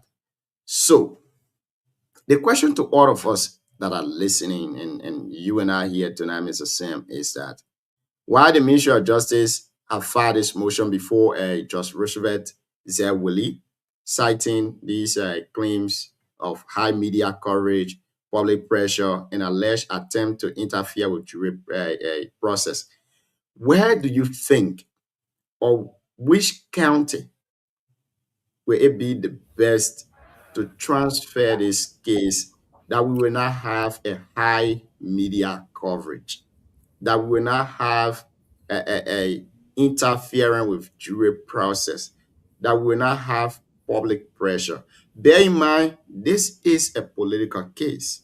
The public want to be informed. So if the Ministry of Justice, through the prosecutors, are saying the high media coverage, I don't know what they are trying to say. I don't know what is going on. Because along the way, there have been so many accused, so many alleged things along the way. The defendants have been saying the prosecution have no case. The prosecution cannot prove their case. And this case is taking longer than we expected, Sam. We will be going to 1 year anytime soon. The case is taking longer than we expected. Sadly, for this case, other defendants have been refused bail, while the other defendants are outside. Which county can this case be transferred to, that this case will be adjudicated very fast with a speedy trial? Let me hear you, Chief. So, Junior, it's not a strange thing to do. In some countries, country like where I live now, in some states, when there is a high-profile case like this kind, especially a high-profile criminal case like this, if the judge feel threatening in a particular city, they can transfer that case to another city, because it can be sometimes challenging. And for our country, what is difficult is the jurors in the country who is really independent in Liberia. Everybody somehow, some way. Sam, before you end your thought, you are stressing a very important point, and I want us to have a conversation. Liberia is the most political country right now in Africa that I know. Everywhere politics is being discussed. And this is two sides of the aisle here, Mr. Sam. This is a political case. Which one of the citizens that you would take to put on that bench that will go with an open mind to have an open decision based on the evidences that will be presented by the prosecution and the defense? Which one of the citizens? Sam, it will surprise you to know that in every offices in Liberia, people discuss politics on the bus, on the taxis, on campuses, in classroom, at the hospitals, everywhere people discussing politics. Remember that our jurors are people that we take from the community so that they can contribute to our judicial sector. These people, they come in with zero knowledge about the law. They got no idea about the law. So they only go and sit down there and somebody convince them that this is what this person did and this is the kind of decision that you're supposed to take. How many people with this political case before the court, how many ordinary citizens are we going to have that will sit as jury on this case, that will go with an open mind? And it's safe to say that the case is between the CDC and the Unity Party. because those people accused are from the CDC, and the government now, as the prosecutor, they are the Unity Party. So this is a terrible case. It's interesting, but let me hear you continue your thought. So, Junior, that's why it's tough in our country to sometimes prosecute when it comes to criminal cases, because in criminal cases you'll need a jury to make a decision. In our country, with the way it is now, you really put it, everyone knows, pretty much knows somebody, and everywhere you sit down is politics. Nobody talks about agriculture. In a bar, everything is this person, that person, God is government, this government, not government, CDC, not CDC, ANC, not the Unity Party. So who is independent that will be on the jury bench in Liberia? Because you need the 12, it's 12 jurors that would decide. Out of the 12, they have to agree. All of them have to agree. Okay? So if one said no consistently, they had to argue, debate. But if maybe one or two said no, it means it's a mistrial. They have to go for another jury selection process again. It happened here before when I served as one of the jurors who went to the case. Me, I had knowledge. Some people didn't have knowledge on what was happening in criminal case. So I was able to, I said no because the procedure that some of them wanted for the guy to be convicted was not the right way. So I said no. We were 3. And after we debate, it was 3 days of debate. And we were able to convince some people to came on our side. We were 5. So out of 12, 5 on the other side, the other 7 on the other side. So we couldn't get a result. So it was, they had to let us go. So they had to postpone the case for another jury selection. So in a country like Liberia, with this kind of high-profile case, where you rightly put it, some people think CDC lawmakers have been targeted. Who is there? Who is going to sit on that jury board with independent mind? So it's tough. So that's why I'm saying, and if the judge is not life is threatening, or the prosecutor see reason, yes, the case can be transferred to another county. But which of the county that in Liberia that would be safe? If I would choose, maybe if I say this, they would say, "Oh," it's people would say different way. If I have the opportunity to choose, I would say they should relocate it to maybe Lofa. But if they do, they will say, yeah, Joseph Braga had taken the case to his home, so they can decide. so maybe they could go to Majibi County, or if not, maybe Nimba might be a little bit of a good idea. But Junior, this case is tough. It's tough, and the media is how many media institution in Liberia? Sometimes I question that. It's like maybe out of 10 people you see in Liberia, you would probably see 4 or 3 journalists among them. Maybe with no disrespect to them, some of them they are iPhone journalists. I don't know whether they went to journalism school and they are really taught what to say, what to do, how to do the journalism thing. but I can see people with iPhone, Facebook Live everywhere. So it's a tough thing in our country. It's a sad time in our country that our country is so much political now in every sector, everywhere. Like I said, my example was 2023. I was coming from Ivory Coast, entering Liberia, look what reporter entering engineer.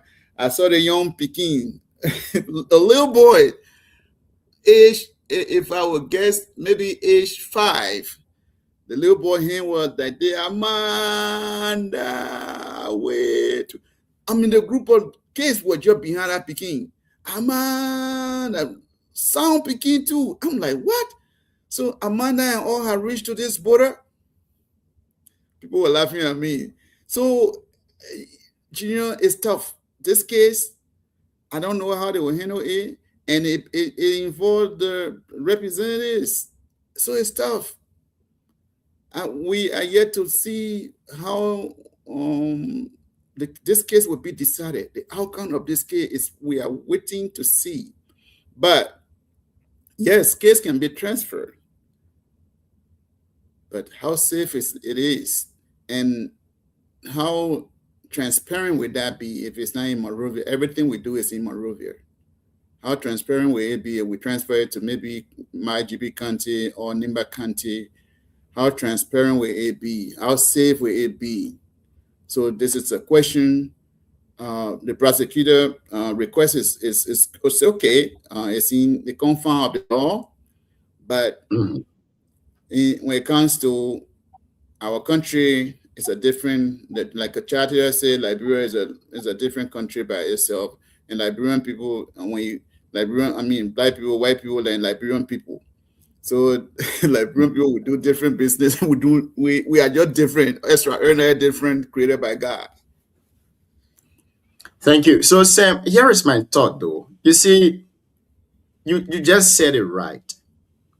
Our law, on our jurisprudence, cases can be transferred on valid grounds. Number one, if you believe that where that case is, you will not get a fair trial, you can ask for a change of venue. It will be given to you. If you also believe on grounds that the judge is being biased in the case, you can also file for change of venue, or you can also file for change of judge. But in this case, the reason that the prosecutors are giving for change of venue, I don't think is sustainable enough that the judge will grant them change of venue. Because remember, if a judge is transferring a case to another court, for them, they believe that it's a slap in their face, it's a slap in their profession. So they hardly don't do those things. They hardly don't accept change of venue like that until they believe that the issue that you've raised for change of venue, they are actually genuine. In my mind, do I believe that what the prosecutor said is genuine? No. You can ask for change of venue on grounds that media coverage is too much on the case. Sam, this is not an ordinary case. This is not one civil suit. This is a highly political case. So media will want to cover it because every step along the way in this case is a news. Why don't you see media going to the civil law court to cover Davao cases? Because that's not a news. The public don't really need those things. But every step along the way in this Ashton case is a news. And one thing that the prosecution is forgetting is that if this case goes somehow, because it is a political case and media coverage is not done, the public will have different perspective about the justice system. The best thing you can do is have an open trial, like the way it is being done, where media are covering them. I believe that the way the media could do, I mean, the way the prosecution could do it is to accredit certain media institution that will be able to cover that story. Without those media institution, any other media institution cannot just cover it. And the issue of judicial reporting, not any media practitioner can do judicial reporting. There are specific people that go to do judicial reporting. So I believe that grounds of media coverage is not sustainable enough, and I don't think it warrants change of venue in this case. Another grounds that they raise is just jury tampering. They believe that if the case stays in Montserrado, the jury will be tampered with. Yeah, most of those people accused, they've lived much of their life in Montserrado. So they got bigger fan base in Montserrado. And some way, somehow, they got influence on most of those people in Montserrado. This could be a reason or a ground for a change of venue in this case. But as the case being a political case, anywhere you take it, there will be people there that will be on the other side. And sadly enough, if you're changing venue now, you will start from the beginning to select jury again from the start. You don't know who you are choosing. There are some jury that will sit on the bench, they will hide their inner motive. The reason why they are there is quite different. And knowing fully well that this case is a political case, people that will be sitting on that jury bench will still have a political interest, no matter what it is. The best thing to be done here is let the case proceed to where it is, let the trial be done. And what's sad is that, Mr. Sam, there are other accused people that are in prison for the same case, while the other defendants are outside. The sooner we do this, the better it will be for those that will be found guilty, will be found guilty. Those that will be acquitted, will be acquitted. And we move on. The case is taking so long. So the grounds that the Ministry of Justice gave, the prosecution gave for change of venue, in my mind, I don't think the judge will accept that ground because it is not really, really legally funded. So he wouldn't accept those grounds for any other reason to change the venue of this case. In my opinion, I don't think Judge Roosevelt will do that. And I believe the case will proceed. They will have a hearing. The judge will have a look into the change of venue. And he will come up with a decision, and that decision will be binding. So we look forward to him to do the right thing, Sam. Let's hear you. Yeah, so Junior, it's one of the things, the legal case, legally too, it's, it might not, like you said, but the popular opinion too matter, because I don't think Liberian people used to transferring case to another country. Something that the country doesn't used to when it happens, it appears very unusual to them.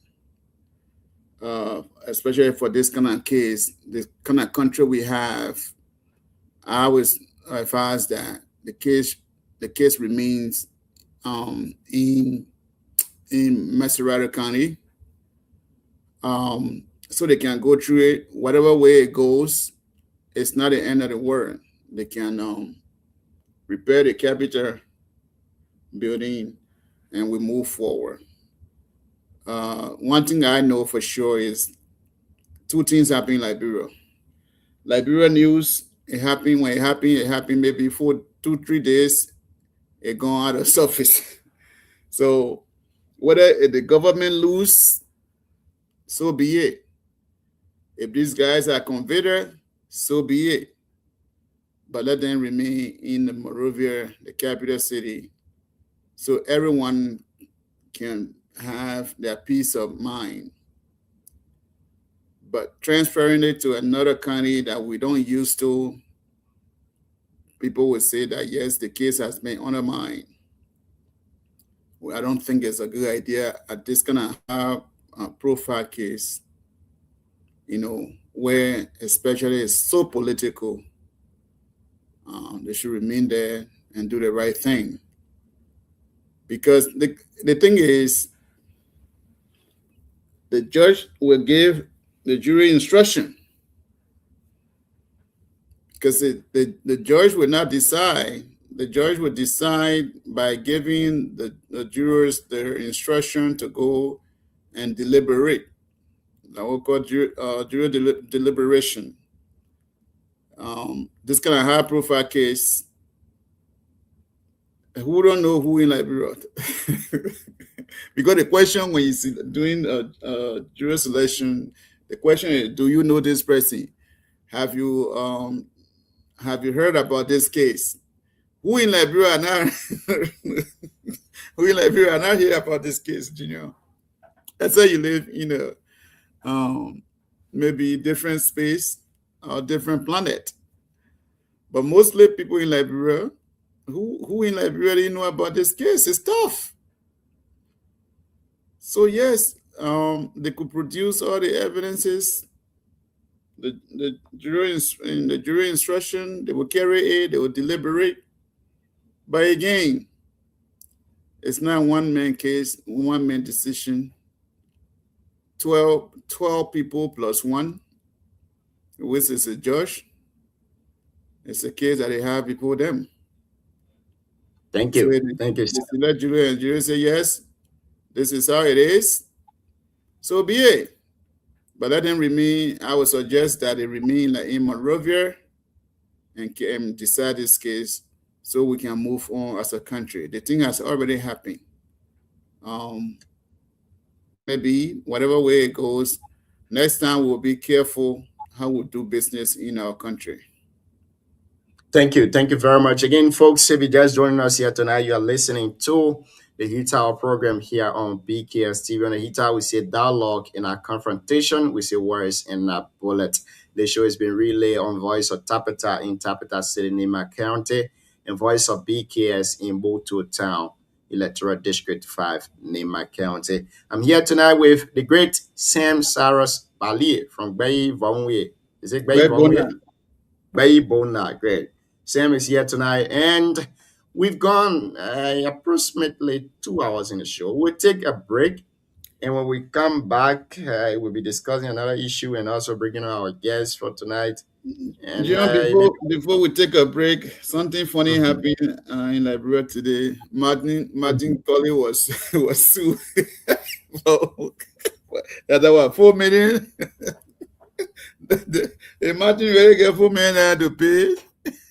Martin was sued for 4 million, 3.5 million United States dollars and 500,000 extra, which is almost 1 million there. So all in all is 4 million United States dollars he was sued for. But we're still following the case because the board of trustees of the university are calling to them. They were calling for an investigation into the matter. The report I just saw from them here tonight, I have not read it in detail, but what I saw here right now is that they said the statement released by the university president was based on the information that she had on hand at that time. But as they speak, they've gathered other information and evidences that were not available at the time when the president was making the statement. So they want them to put halt to announcing the dues until an investigation is done. And after the investigation is done, the dues will be announced properly. So we're following the story. And as it unfolds, we also inform our listeners about the news. Sam, thank you, Chief. Thank you for being here. But we'll go for this break and we'll be right back. Stay with us. Sure. Well, maybe let's take calls before we go for break. A few calls. Operational jurisdiction and not the Senate. The minister's action was procedurally improper and demonstrated blatant disregard for institutional protocols. The Minister of Justice initiated criminal court proceedings against a co-equal branch of government without prior engagement, flagrantly bypassing established inter-branch procedures. This approach, A, falsely labeled the Ministry of Finance and Development Planning controlled financial variances as Senate actions. B, demanded documents from an institution that does not oversee the relevant systems. And C, dangerously threatened the constitutional separation of powers. The subsequent withdrawal of the subpoena confirms the ministry's acknowledgement of these procedural errors only after the fact. 3. Request for the Minister of Justice to appear before the Senate. In light of the above, and in keeping with the Senate's constitutional oversight mandate, we respectfully request that your office invite the Minister of Justice to appear before the entire Senate to address the following. A. Why did the Minister of Justice choose to subpoena the Senate rather than the Minister of Finance and Development Planning, despite the audit's clear attribution of financial processing responsibilities to the Minister of Finance and Development Planning? B. What legal basis justifies directing the Minister of Justice withdrawn petition? The Senate has taken note of the Minister of Justice's recent application to Criminal Court A, seeking a writ of subpoena, ducis tecum, against officers of the Liberian Senate, and of the Ministry's subsequent notice to quash that same subpoena on February 24, 2026. The sequence of events raises serious procedural and institutional concerns that demand the Senate's immediate attention and a clear explanation from the Minister of Justice, despite the Senate's acceptance of the withdrawal. 1. The Minister of Justice misidentified the responsible institution. The Auditor General's report on the system review of the financial management system and accounting processes of the Liberian Senate, period ended March 31, 2024, explicitly states, quote, financial operations processed by the Ministry of Finance and Development Planning rather than the Senate Finance Department, unquote.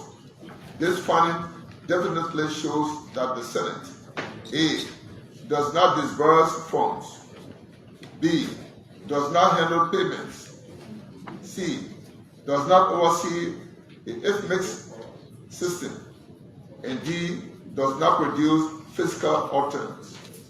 Under the Public Financial Management Act, only the Minister of Finance and Development Planning has authority over A, cash releases, B, allotments, C, FMIX transaction,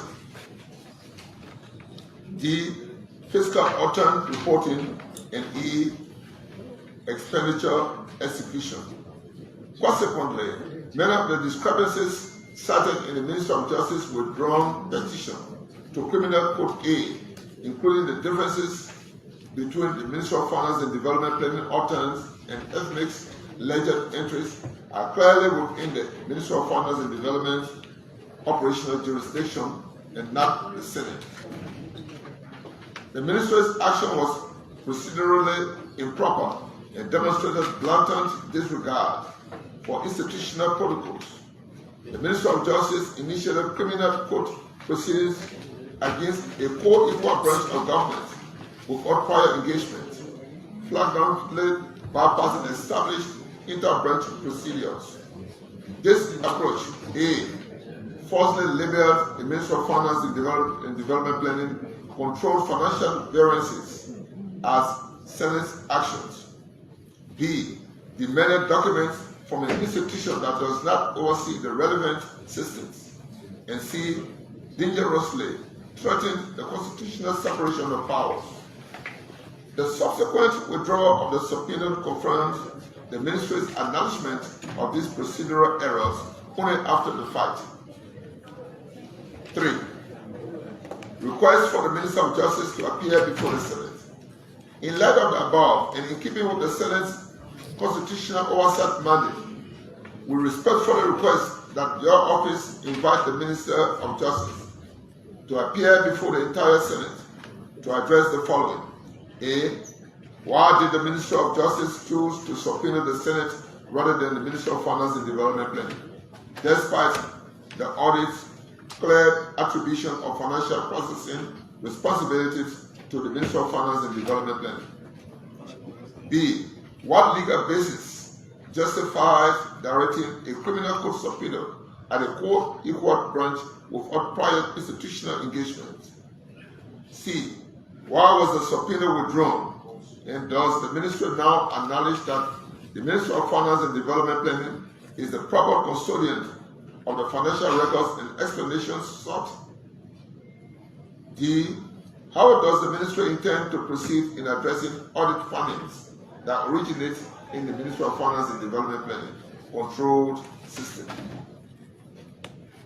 4. The Senate's commitment to accountability. The Senate remains fully committed to transparency, cooperation, and implementation of the Auditor General's report and recommendations.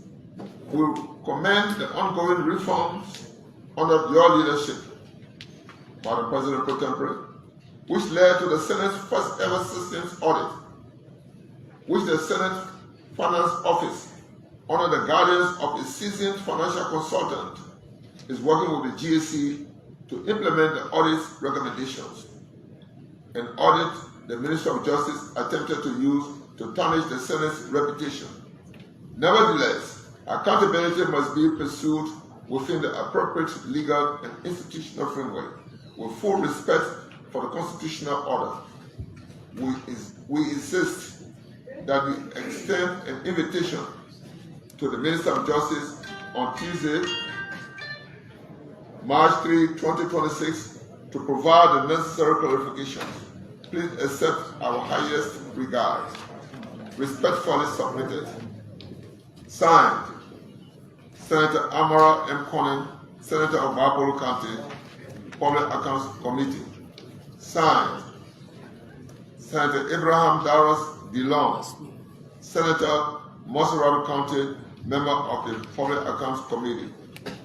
Signed, Senator Bezaga Milton Finley, Senator, Grand Bassa County co-chair. And signed, Senator Edwin Melvin Snow Jr., Senator, Roman County, and member of the Public Accounts Committee. Madam President Pro Tempore and distinguished members of the Senate, the reading of the communication from the 4 distinguished senators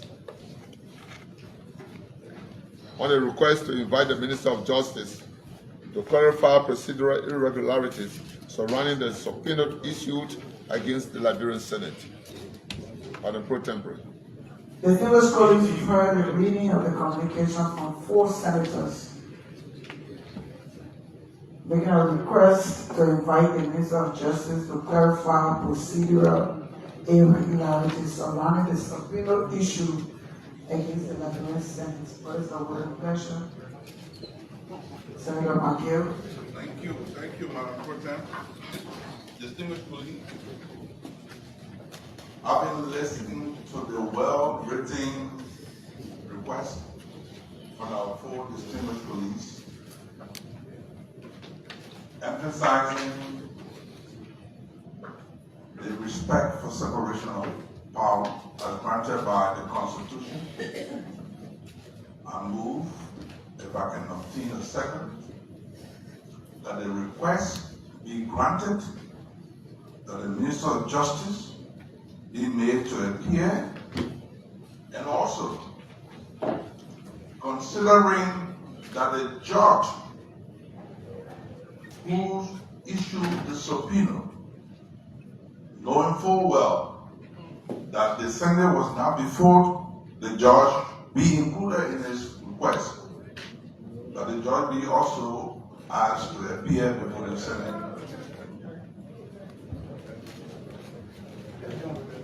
After the appearance of the Minister of Justice, if I can give Martin a second. Second. Yes. Already. We've already seen the motion. Are you ready to vote? All right, Senator Dillon, Senator Schiff, Senator Yantwine, State Law Readiness, Senator Taylor. Don't make all the motion, stay on. Then we say I won't. Who your case before you subpoena? Mr. Movement, I will be ready to vote if we accept this amendment to the effect that will remove the judge. Right. The judge received a petition for subpoena. The judge ordered the subpoena. The same party that asked for the subpoena when requested the question, and it was honored by the judge. So to bring the judge in the exercise of that duty, I think we will be stretching the Minister of Justice was being made to appear here, come here. But my amendment is to remove the judge, refer this matter to the Judiciary Committee to deal with the Minister of Justice, and report to plenary within a week. Move it. Accept or reject.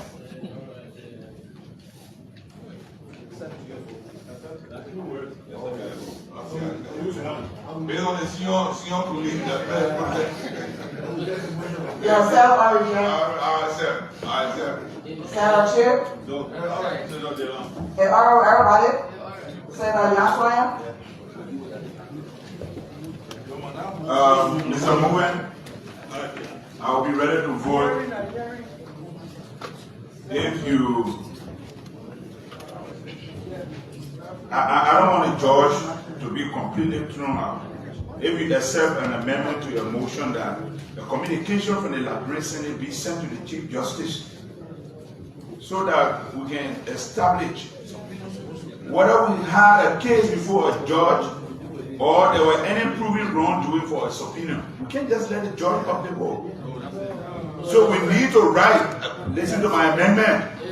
It is my amendment that the Liberian Senate let the Liberian Senate write the Chief Justice seeking clarification about the subpoena.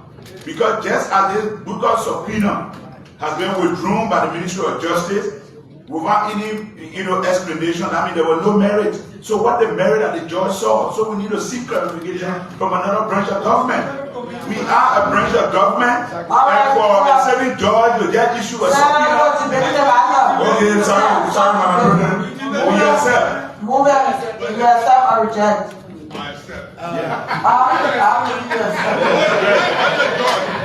right. That's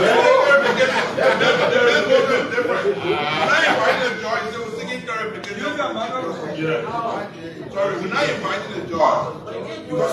Alright, so all that will be decided by the Judiciary Committee. I agree. Alright, everything is going to the Judiciary Committee. Any other readiness? We're not inviting the judge, but With that plan, are you ready to vote? All in favor say yea. Against? So the Assembly acts accordingly. Listeners of Presidency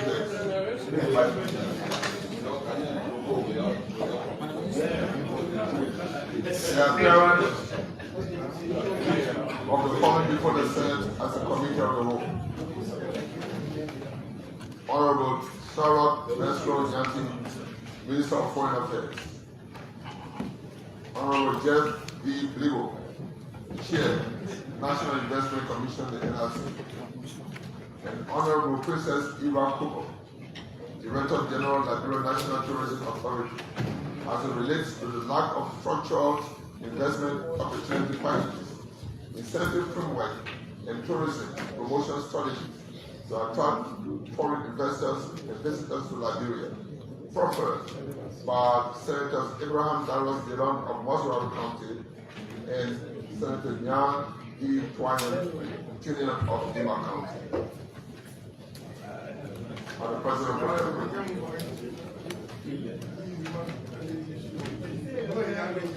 The distinguished colleagues, we have before us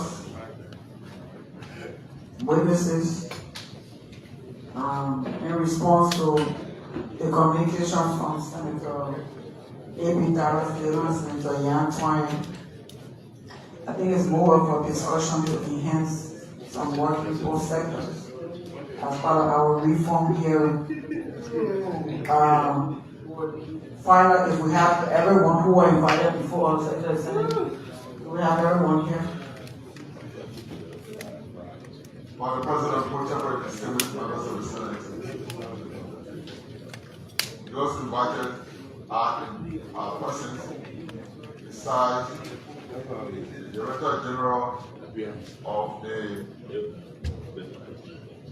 Tourism Authority. Is there any reason why? Is there any reason why she's not here? She said the process and that she's out of the country.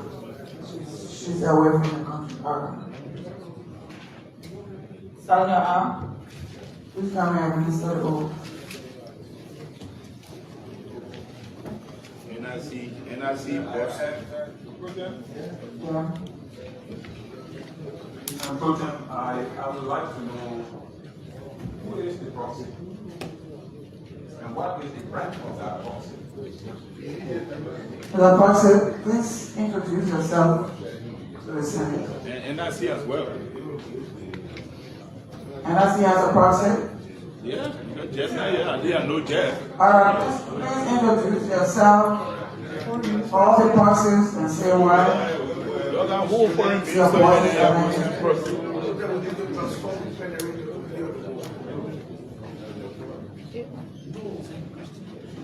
need a motion. Okay, motion.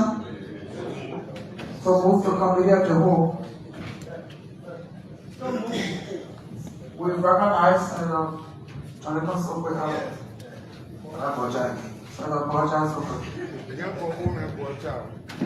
Protem of Fair Police, I move for the purpose of this hearing that we transform the plenary into a committee of the whole for the purpose of this hearing. If I can second that. Is that clear? Are you ready to vote? All in favor say yea. Against? The Senate is now committee of the whole. Can you introduce yourself? Madam Speaker, I'm going to bring the microphone closer. Madam Pro Tem, member of the Senate, I'm Attorney Tobacco Norris Jr., currently the Deputy Director General of Planning, Research and Development at the Labrador National Tourism Authority and past immediate Assistant Minister of Tourism. I'm making representation for the authority here on behalf of the Director General, who's currently on national engagement at the EU Investment Forum in Belgium. NIC has a proxy. Please introduce yourself. Nobody from NIC? All right, only NIC is not here. All right, just take note of that. Stand your arm.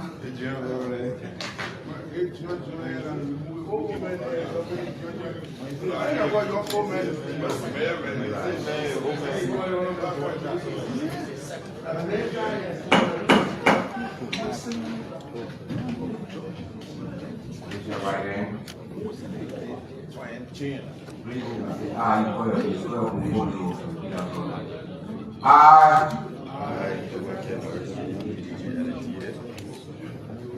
Do we have a swear? That the testimony I'm about to give, and to my recollection, is the truth, and nothing but the truth. So help me God.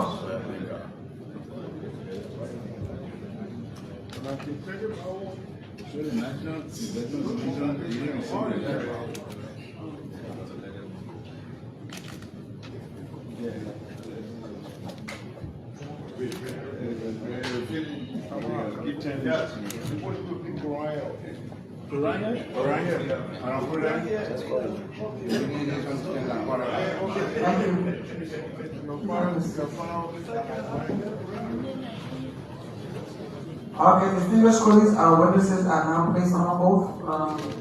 The Secretary has sent read the letter already. So we'll start maybe first with the Minister of Foreign Affairs. So, to address us. Madam Pro Tem.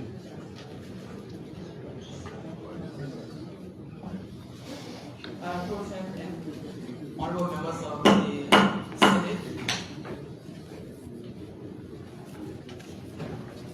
I've come today in response to the request for information and dialogue surrounding our engagement and plans for ensuring opportunities to promote tourism and other areas for investment opportunities for the country. I'm joined today by the Deputy Minister for Legal, Deputy Minister for Administration, and Assistant Minister for European Affairs, who's also supporting on this file. For the past 2 years, the Ministry of Foreign Affairs has embarked on economic diplomacy as the foreign policy thrust. Economic diplomacy being specific and very different from development diplomacy. Economic diplomacy involves trade and investment, and the role of the Ministry of Foreign Affairs is to ensure that we promote trade and investment outside of Liberia, and that every opportunity we have, we will ensure that those with whom we engage outside are aware that Liberia is open for business, and that Liberia is a destination for investments. We work closely with the National Investment Commission, Ministry of Commerce, and Ministry of Finance. For the past 2 years, we have been implementing the economic diplomacy agenda. How we have done that over the past 2 years is to have our ambassadors, our embassies, to engage with the private sector and investors in the countries where they serve, in the countries they cover, and to promote missions to Liberia, to promote engagement. We have had specific economic diplomacy activity business roundtables, business summits in Accra. We've had a few in Nigeria. We've had in Morocco. And right now, as I speak, we have one ongoing right now, ending today in Brussels, from where Minister Tallery and I just returned last night. In Brussels, we had an all of EU business summit, which involved all countries of the European Union. We invited businesses from around the European Union to come to Brussels to engage with us on government to business and business to business discussions. We had space created for deal making, so to speak, where we had discussions around PPP, and we had discussions around different MOUs and so forth that would be signed with different European businesses. We also have businesses from Liberia that participate and to engage with investors as well in the different domains. We realized that we have been carrying this out, Madam Speaker, without a proper structure.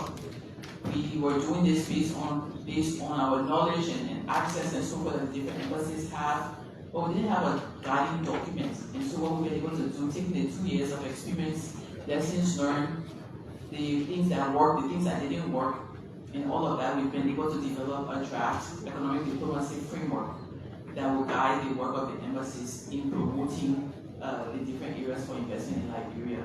I should add, Madam Speaker, that as it relates to tourism specifically in Brussels, Madam Pro Tem, as it relates to tourism specifically in Brussels, Madam Pro Tem, we had a lot of interest, and in fact there was a room set aside where tourism authorities are engaging, have an engagement the last 2 days, those interested in the tourism agenda.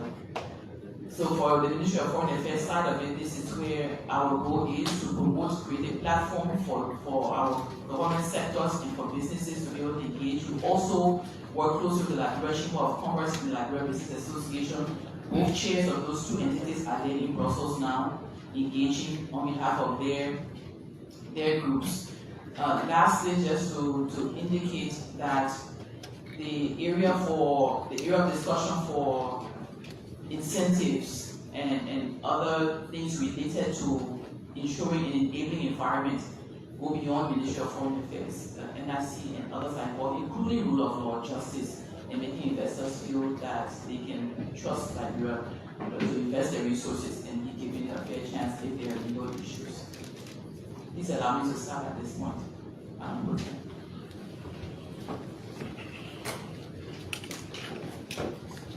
Thank you, Madam Minister. Just so you know that the Chairman of Foreign Affairs is residing now.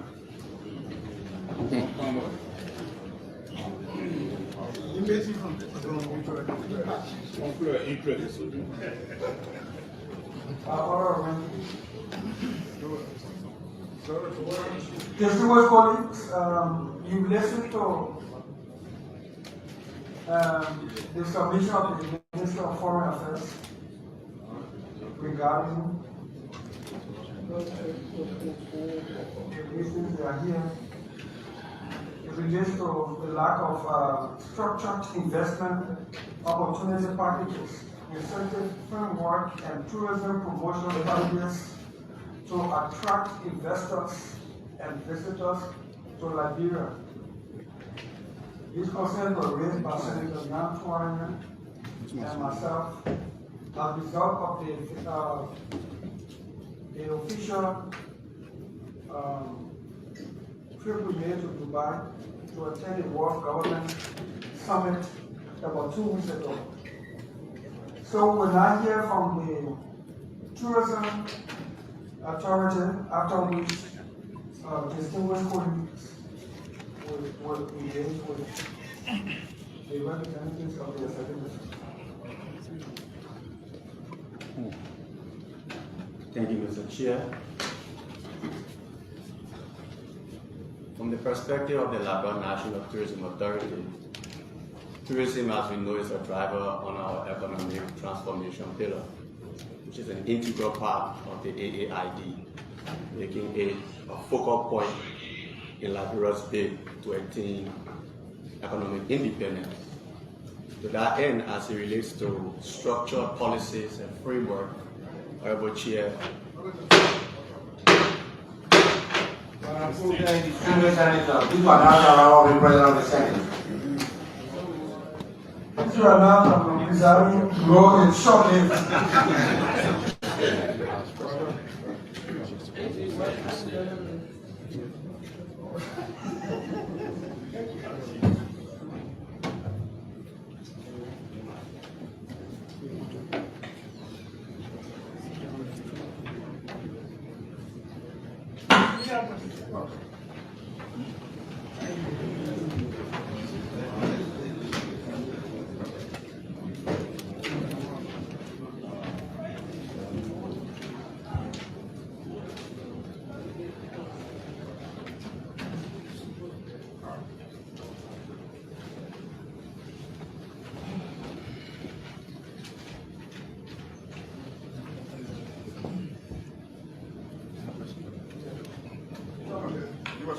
Yes. Go ahead.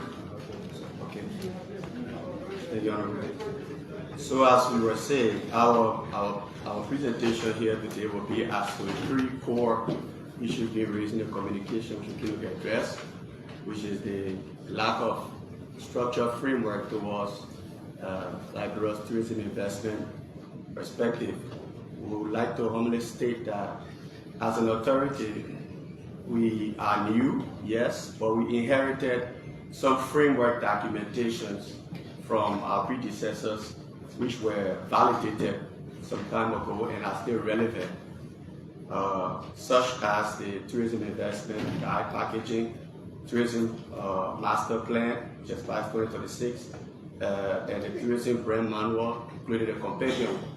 We wish to state that even though most of these policies, which were validated by experts and sponsored by some of our development partners, are in the latter stages of their implementation, most of the issues raised and identified by the experts in terms of how we can attain what we want as a country are still relevant. So at the Labrador National Tourism Authority, we are looking and engaging with stakeholders and other partners to review these policies within the framework of the AAID so that we can make them contemporary with current standards in the sector in collaboration with other stakeholders. As far as our investment portfolio is concerned, Liberia is looking to project bankable projects. As we speak, the DG is in Europe, pushing projects such as the proposed Wild Heart Eco Lodge and Sanctuary that is looking to transform Sabo into one of the charms of West Africa. Also, the Providence Island there are plans and investment portfolios on the way, seeking investment from private sectors to invest in the Providence Island and transform it into the hub of our heritage, which we know to be a place of return and the birthplace of the African struggle. So that's on the plate. Also, as it relates to Robert Sport, expanding on the surf program, a project underway that's being pitched again to attract investments in expanding the Robert Sport surf program and establishing a surf village that can attract tourists to Liberia. Again, the AAID has an agenda of making tourism a contributing factor of at least 15% of our GDP by 2029. To attain this, we also need data. To this end, the Tourism Authority, as young as we are, we have embarked on the process of establishing a tourism data system, which is called MEL. As we speak, the system has already been built and tested. For the first time, we'll be able to integrate immigration data to be able to tell the Liberian people and our stakeholders how many tourists are coming in country, leaving, where they're going, which sites they're visiting, and even collecting feedback from tourists. As we speak, this system has been built. It was built using local talent in collaboration with the Liberia Immigration Service, LISGIS, and LRA. Also, this will enable our local Liberian tourism facilitators to register online instead of having to walk physically to locations to register their businesses and get permits. This new system allows you to use the magic of technology to do that from the comfort of your home and get your license sent to you. So these are all strategies that are being put in place at the authority. Most of the focus in the early part of first quarter was consolidating the transfer, the structuralization, and building the institution as far as institutional building and internal branding is concerned. Because the institution as itself should have its own branding strategy away from the tourism branding strategy.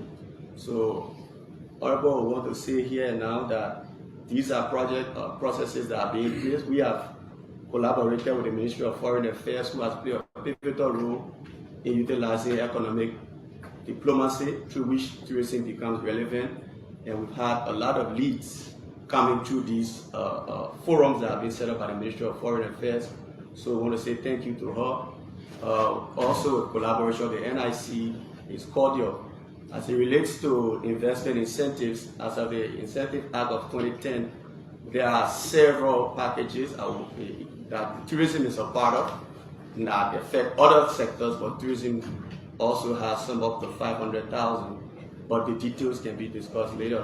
What we will ask is that the leads coming out of these investment forums, all of these strategies, they should have a channel through which these leads can be turned into tangible investment once they hit the ground, in terms of how do we transform interest into investment so that we can create jobs and grow the economy. So on that note, I would like to rest, if any. Thank you.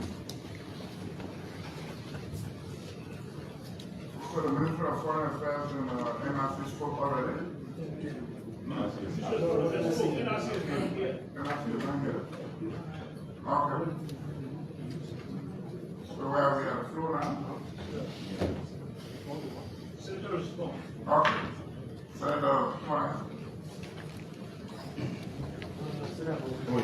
Okay. I can sit up. Don't mind. All right.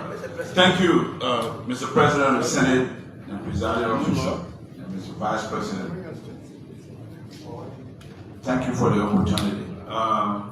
Madam Minister, thank you very much for your presentation.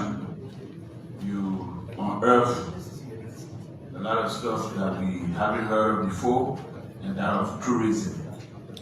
The backdrop and what we really want from this dialogue is that there are beautiful ideas, from the Ministry of Foreign Affairs. I'm glad to hear that you have commenced putting together the economic diplomacy framework. I'm also glad to hear from tourism that they are also working along with you and the NIC, and they have tourism guide, they have tourism framework policies that they are trying to regularize. Our point here is, at what point can all of these documents converge into one working document that can go out there as a one-stop, shop document, with the Ministry of Foreign Affairs and the NIC playing a role. And our prayer to the Senate is that if such a document doesn't exist, there should be the beginning of us putting such a document together. Because when you go to these conferences, you don't have much time to pitch your country. But if you have a one-stop shop document comprising of all of the investment opportunities and the incentives thereof, and if you, within that same document, you see the tourism potential and presentation of the country along with all of these sites, you wouldn't have the difficulty in explaining yourself further. That would just be a document that would make its way through and people would read it. And the second part of our concern, Minister, and to the Tourism Authority has been that, especially the Minister, if such a document is now put together, that we take it one step further by encouraging ambassadors, just as we are doing, but in a more structural and at a very high level, where maybe you will get the president involved. There will be investment forums, even the Senate and House of Representatives can be invited to present. Investment forum around the world with countries that, not with all the countries, but countries that we know fully well have potential to invest or to come for tourism. We can now have those investment forum and formally present those kind of documents, so that, even if we pitch it to 20 people and 5 come, we didn't have them before. That's the rationale. So this is a work in progress. We are not really calling you to critique you. We know the ideas, you have them. We know the documents exist. We know there are policies on your books.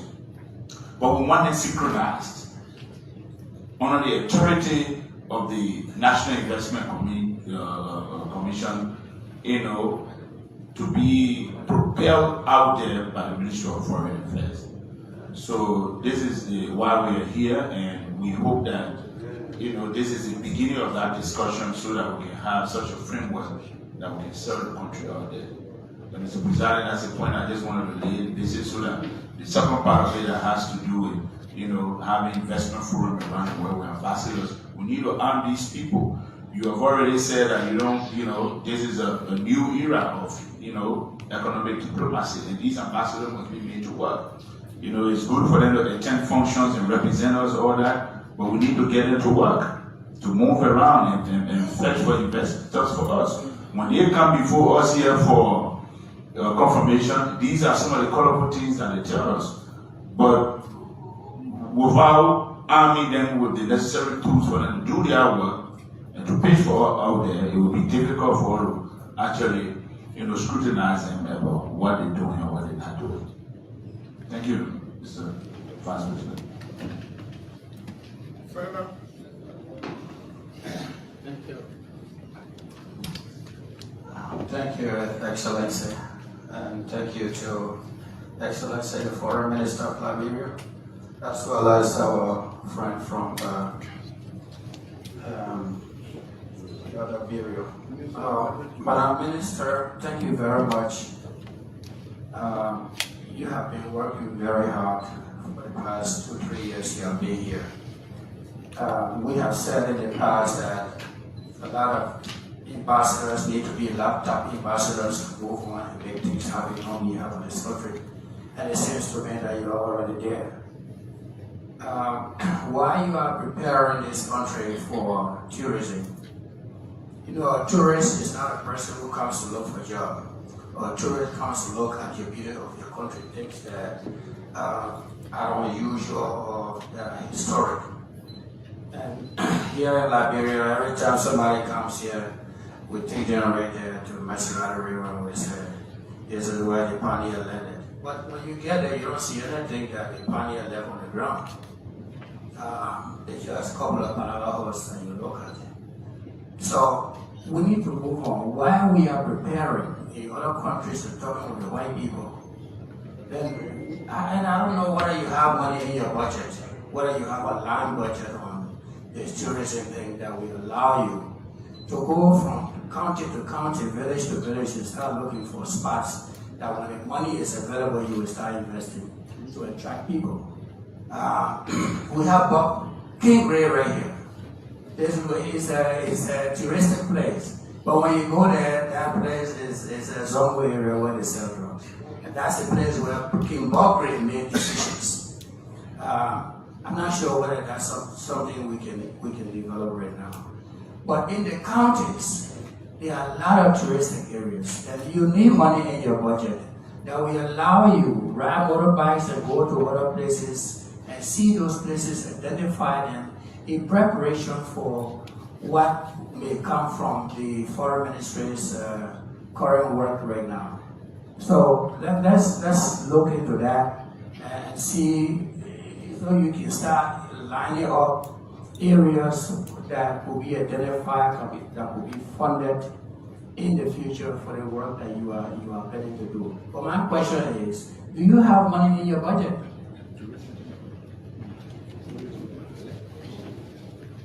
Honorable Senator,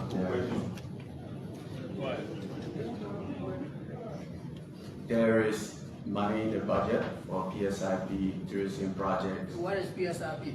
Public sector investment projects. However, what was appropriated fell way below. What was allotted fell way below what was appropriated. What is that? What the figure? 1.8 for the year. 1.8 million. 1.8. Which project? No, so the way it works is the AID has several key targets. So each year you identify a project or two that aligns to one of the key targets. So for this year, we're driving at least 4 projects, to get to where we need to be by 2029. So the 1.8 million is not even enough to spread. Right? Chairman,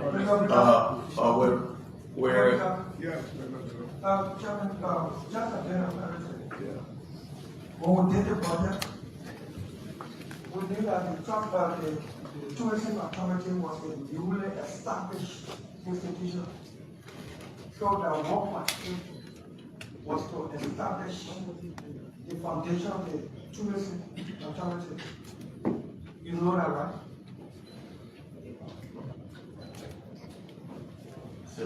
Honorable Senator, Then to establish and get the tourism authority administratively functioning.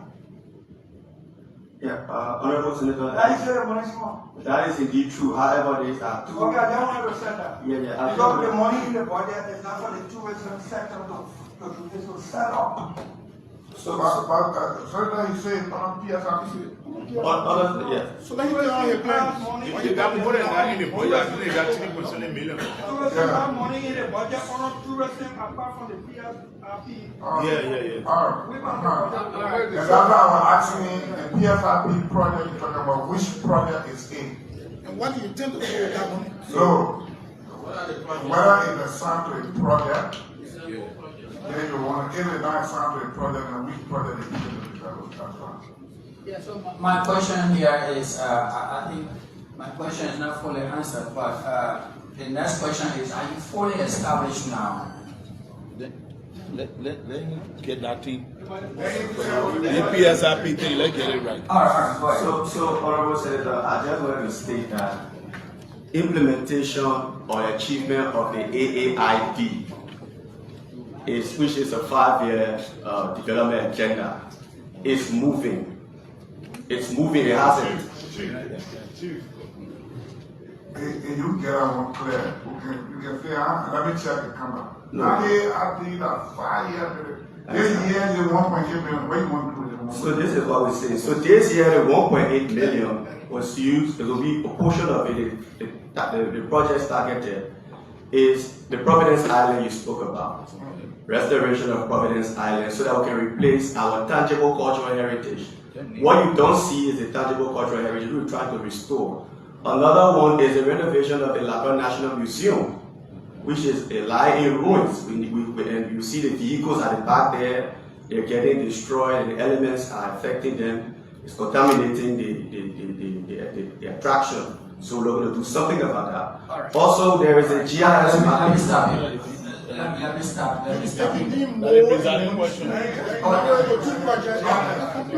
So also another project that has been high is the GIS mapping of the tourism attractions, where you talk about the King Grey and all of these spaces. We're mapping all of these attractions and then putting them on the digitization platform so that we can be able to pick them up using GIS.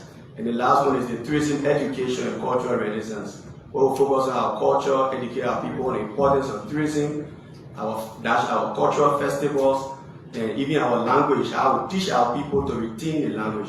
So, I mean, these are all projects that are aligned to key targets on the AID. Thank you. I'm going to send that second question. Asking whether you're fully established. 1 minute, I'm finished with Are you fully established? Do you have an office that tourists will walk into and know that they are in the office of the tourist center? Yes, we're established. We have an office. Tourism staff and digital information have been transferred, and as we speak, we are operational. The next question is: Are you in communication with the Bureau of Immigration, the police, and the LDA regarding what you are doing, and that in the future you will have tourists traveling, coming to this country, and they will want to travel the length and breadth of this country, and that all these checkpoints need to be removed? Are you preparing that? It's a process. All I would say right now is the focus is on the immigration. We have a very cordial working relationship with immigration, and I would say even the police. I'm not concerned with your cordial relationship. Your cordial relationship does not mean anything to me. What is important is what the immigration man will tell the white man at the checkpoint. So it's under the tourism education program that will create sensitization for all of the constituent parts and elements who have a role to play in the tourism valuation. Thank you very much.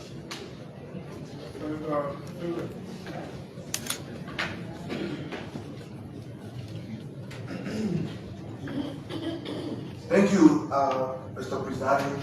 And by the way, you did very, very well by negotiating the machine for us. I want to thank you.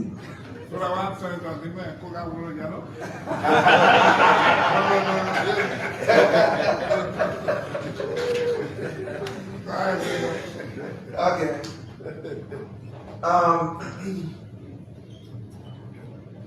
Let me say a pleasant good afternoon to all of you. And Madam Minister, thank you for coming. So I heard you have said that you are now engaging in tourism diplomacy.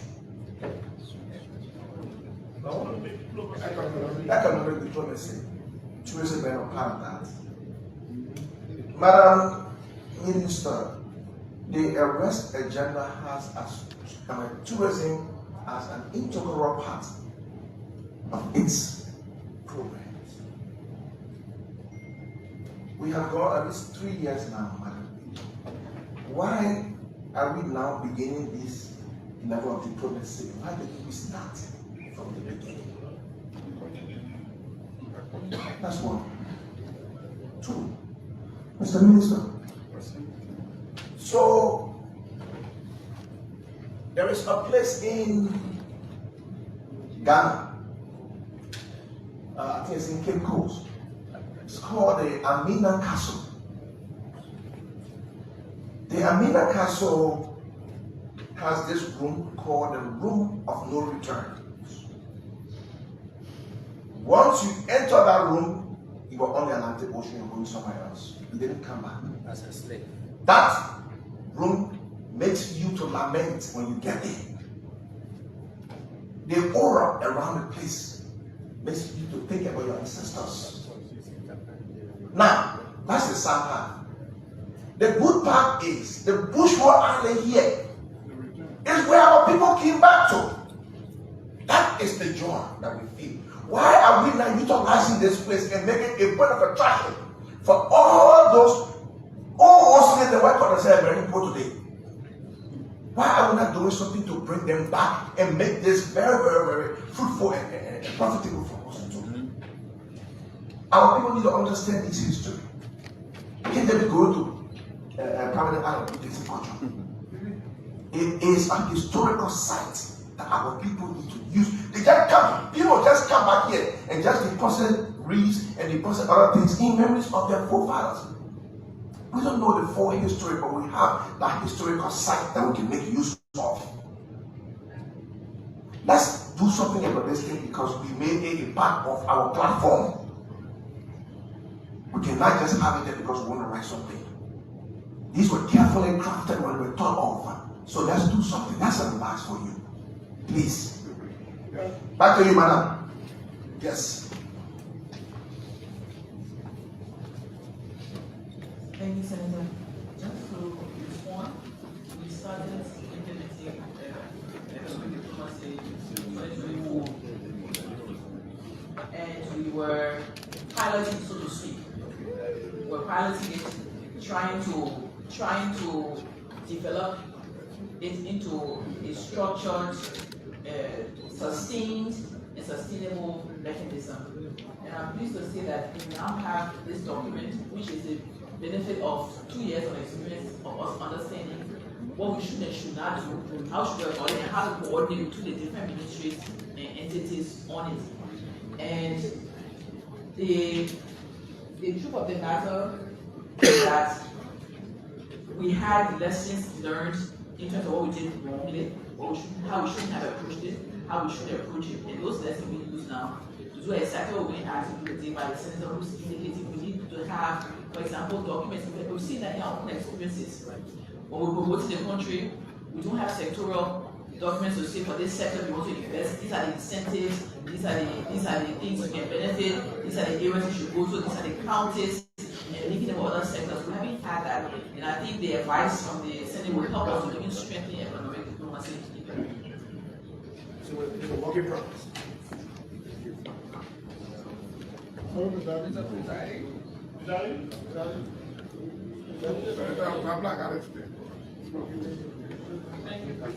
Let me say thank you to the team, especially the minister for her commitment from the get-go. I remember during your confirmation hearing, you did mention this economic diplomacy. And I followed you and I see that you are ministering in that path. I've watched you at the EU Forum and I was really impressed. I want to thank you for the way you presented Liberia. Mainly the way you presented my Cape Horn, my rubber sport. I followed you. Thank you for that. I'm very, very proud of you for that. But on the issue at bar, I think it's necessary, it's a very good effort to have this structured approach to developing tourism. For example, all of us get together in spaces where we discuss the government's agenda, and tourism being one of those. In one of my meetings with an ambassador right here in Liberia, we started discussing about Cape Horn, the features and the need for investment. And he raised one issue. I'm sorry that the Minister of Commerce is not here. But his issue was concerning pricing. And understandably, people will compare the markets that will fit their budget if they should go places. While we discuss the beautification, the cultural attraction, and all of the tourist areas that people want to go for tourist attraction, they will also look at their budget in the face of the global issue with economy. So that's one thing I think has to be considered, and the commerce people need to look at that.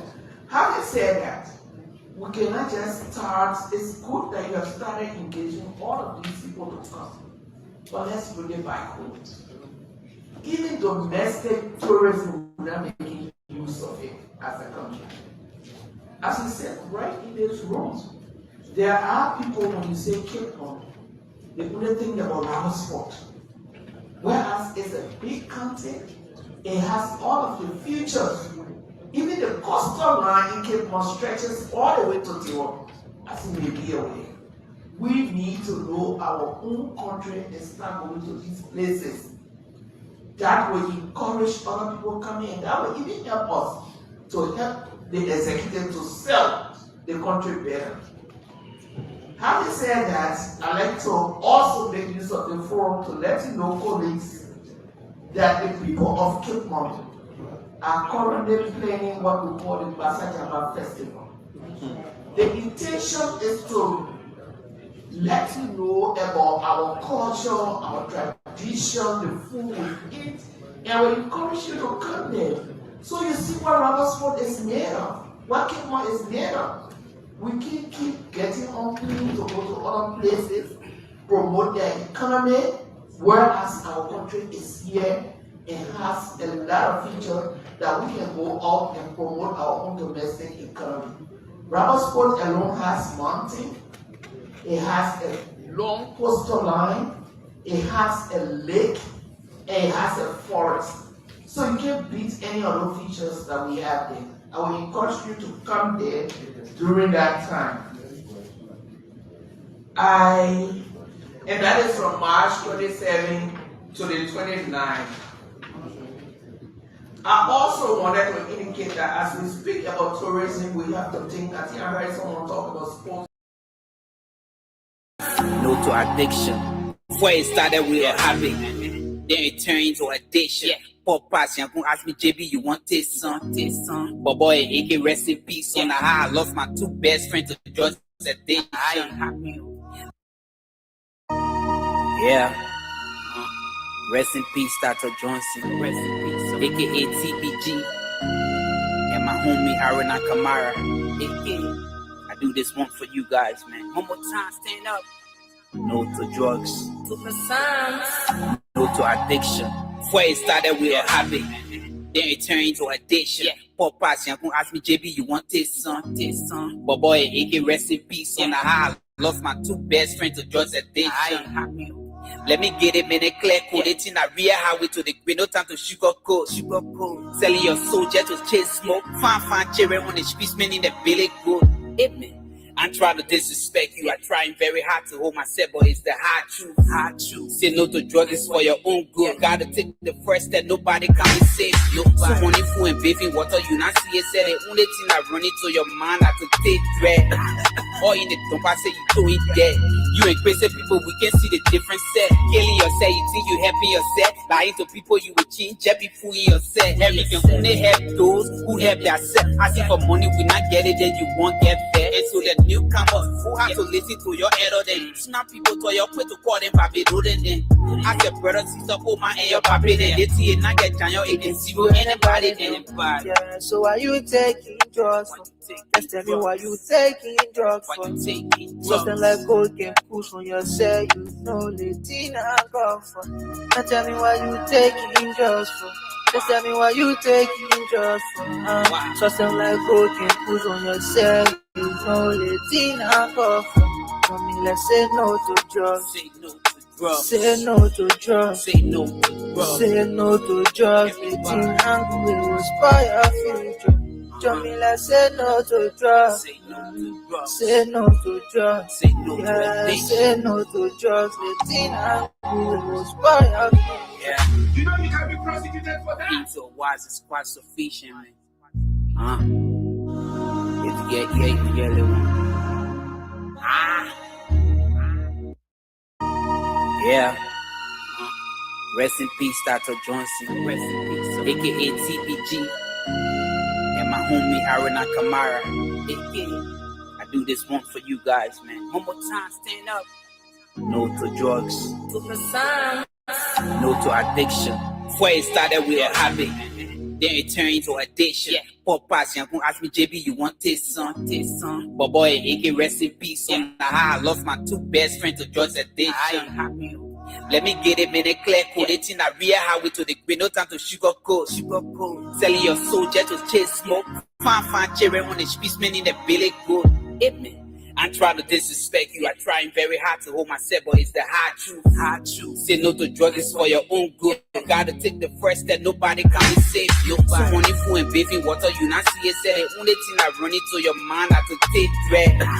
Or in the dump, I say you doing dead. You ain't crazy people, we can see the difference set. Killing yourself, you think you helping yourself. Lying to people, you will change every fool in yourself. Everything only help those who help themselves. Asking for money, we not get it, then you won't get fair. And so the newcomers who have to listen to your elder, then snap people to your quick to call them papi, do then.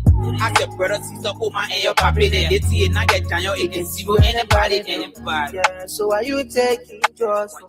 Just tell me why you taking drugs for. Something like gold can push on yourself, you know, Latina go for. Now tell me why you taking drugs for. Just tell me why you taking drugs for. Something like gold can push on yourself, you know, Latina go for. Tell me, let's say no to drugs. Say no to drugs. Say no to drugs. Say no to drugs. Latina will inspire future.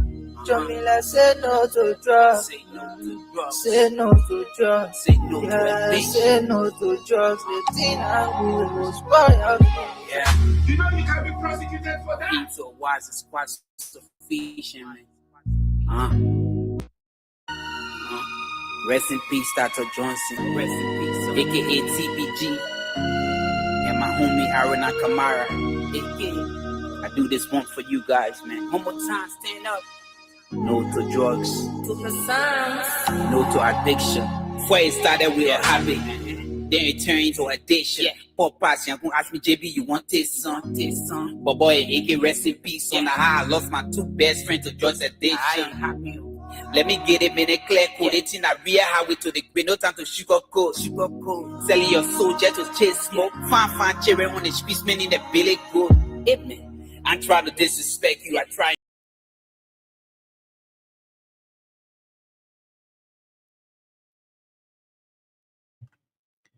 And so join me tonight. Let's say no to drugs together. Of course, folks, we want to say welcome to all of you and welcome to this special interview as we have with us already in the back the cheerleader for the EULA Women Empowerment Committee. They will be joining us here tonight on the show and we'll be discussing a couple of things here on the awareness against drug addiction in Liberia. Drug is a crisis. If it hits one home, it hits the entire community. All of us need to join hand on deck to see how best we can fight against this deadly crisis we have in our country. It is going to be a wonderful conversation here. It's going to be a great conversation. So before I bring on the guests, we got a couple of videos here. We're going to play those videos for you. And we'll also be bringing on the guests so that they can have the conversation here tonight on the show. But let's go for this video first. And when we come back, we'll take another video and then we can bring on our guests too as well. Two of us keep sharing the show with other people. We have amazing 55 person joining us here. You can share the show with other people. Invite somebody to listen alongside you too tonight. It's going to be a wonderful conversation, a really great conversation because, you know, this thing, all of us, we need to join. All of us need to join it as we fight against drug in our country. So the EULA Women Empowerment Committee will be joining us here tonight on the show. And this is not their first appearance, neither is it their second appearance, but they've been advocating, they've been raising awareness against drug addiction on various platforms. They are not stopping. Remember these people, many of them, they are not even in Liberia. So that's the love they got for our country. That's the love they got for young people. All of us One way or the other, we were convinced to join. Some people joined because they saw other people taking it. Some people were convinced. So since we got people now that are joining the government, we all need to put hand on deck as we fight against this daily crisis in our country. But let's go for this break. We'll be right back. Stay with us.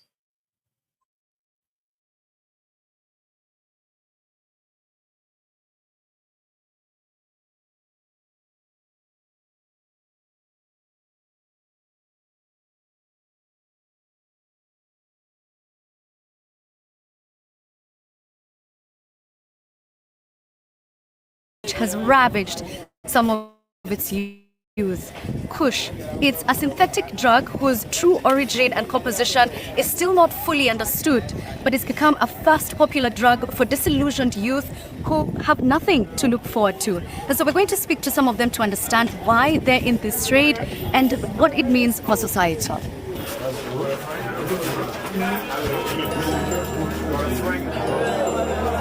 I'm told these ruins house at least 300 people. Almost everyone here smokes kush. For about 4 years now, it's been severely affecting Liberia's youth population. It's hard to put into words what I'm witnessing because it's not anything that I've ever experienced before. Every room that you walk into has people without hopes and dreams and ambitions, and they're prisoners of their own reality. Kush, like crack, delivers a brief yet powerful high when smoked. The sensation quickly fades, leaving the user in a kind of hole. I meet William Cooper, who is smoking a single pellet of kush for 50 cents. Yeah, so when you take it, sometimes, it make you forget about the past, it make you forget about the war in there and other things that have been bothering you. So when you take this, you relax yourself for some time. When it use you, when it is already bodied completed, where you see all who get out on the street looking for money to get some and then buy some to consume. The individuals addicted to drugs in this area are referred to as zogos, a term akin to zombies. The ruins also shelter many women. To support their drug habit, some of them engage in commercial sex work. I've seen a few women here who are pregnant. What happens when they give birth? Some people give birth, sell a child. Some people give birth, leave a child in the hospital and escape. Is it dangerous here for you as women? Yes, it's they come and go out with you, take the money and beat you. They will just have you free and run away. They will say they give money and beat you and fuck you and go. Take the money back. Has that happened to you? Yes, it happened to everyone of service. Yeah. Okay. All right. Thank you. Okay.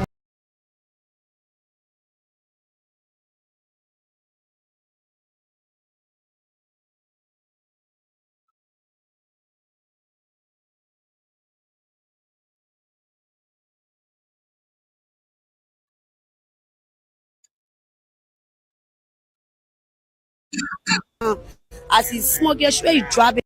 What do you call it? You call it push. And the thing people think as bluffing thing and talking about, I hate killing people now. As he smoke, you sure you drop and die. They wanna him and pound like drop to die. Some people wanna get strong with saying as he flash here, he has a push kill people like here, he call it jack. Wow. I'm afraid I'm seeing it, to be honest. Anyway, what you got to tell the Liberian government? What you want for the government to do for you? What are your recommendations to the government? I even want to tell about one cry to the Liberian government because some people can come and make fun all on. Tell us that, oh, how real the government being real. But still, the government will come and beat or move from here and there, Still go back to the same place. As I'm talking now, DA follow our whole play, they burn every bill of thing for us. Can you imagine living human being like me, a burn my thing in a gray area? Now I'm at home of the gray area. So now, as I'm telling you, I in tears, but what to do? I even move from here, it is can't set me free. I will still go back in the cemetery to go smoke this like you see. So I asked the Liberian government to please help the youth, the left 40 youth, to take us to rehabilitation center so we can be rehabilitated. To go to the rehabilitation center, it is not a matter of what would be doing for living when I come from the rehab. Very sound young lady who have fallen prey to drug addiction in Liberia. She was speaking to one of these content creators on the street. She's calling on the government of Liberia. They need help. Everybody needs help. So we have the ULA Women Empowerment Committee. We have them here tonight. We have the chair, Madam Debatose is here. We also have Madam Fatumata is also here too as well. We'll be pinning their information in the comment section just in case you want to join the program on the 28th and also you want to make a contribution to them. They have all of the information there. We will be pinning it right here tonight just in case you want to make your contribution. But let's go to you, Madam Deba. Good evening and welcome to the show this evening. How you doing, ma'am? Good evening, Junior, and thank you so much for the opportunity. Thank you for hosting us. I want to say thank you to the CEO, Mr. Ivan Saka, and the whole team of BKS. Thank you guys for the opportunity and allowing us to come on your platform to be able to discuss this all important subject. So I say thank you so much. Welcome to the show once again. Say No to Drugs, a Mother Touch. This is a beautiful name. Since you guys introduced this awareness, you've been going across different platforms with the awareness. You've been reaching out to people. You've been speaking to stakeholders and all of that. And you are having the second one again tomorrow, if I'm pretty sure of that. So it's going to be a wonderful conversation. I've seen all of your folks join us. But let's go to the other person. You can introduce yourself and let's get to know who you are. The president of UDA himself is here. So, oh wow, okay. Well, look, you can give me a little chance. I'm trying to get into this. Yeah. Okay. Good evening. Oh my God. Thank you, Mr. Payne, correct? Thank you for inviting us once more and bringing us on the show tonight. It's all about information. We're here to give information and talk about our upcoming event on Saturday. So I think it's tomorrow, like Liberian time, right? It's midnight now. So definitely for us, it's Saturday. For you guys, it's tomorrow. So we'll look forward to a fruitful discussion. Thank you. Very good. It's great having you on the show here. Thank you. Mr. President, want to say welcome. If you are there, you can also turn on your camera and let's get to know who you are too as well. But Madam Deba, since you're already here, before...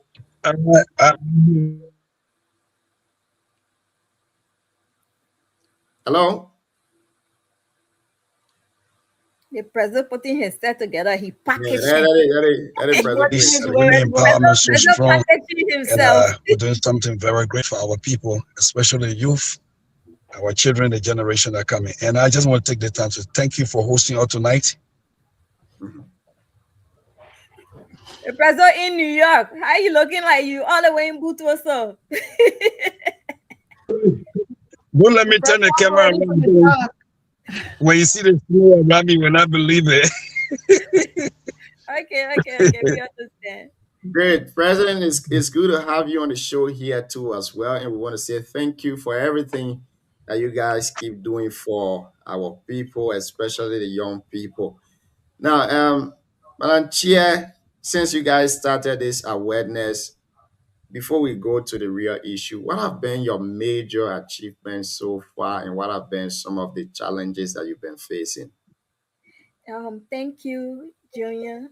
Our major achievement are people coming on board and asking what can they do to join, to lock hands with us and be a part of the process. Having our leadership, the ULA president and the whole executive team with the board of trustees coming on board and supporting us as ULA women. And also the government of Liberia, the LDA boss, stepping up and actually inviting us to the table, and all of the other people out there, our ULA women, standing up, locking hands.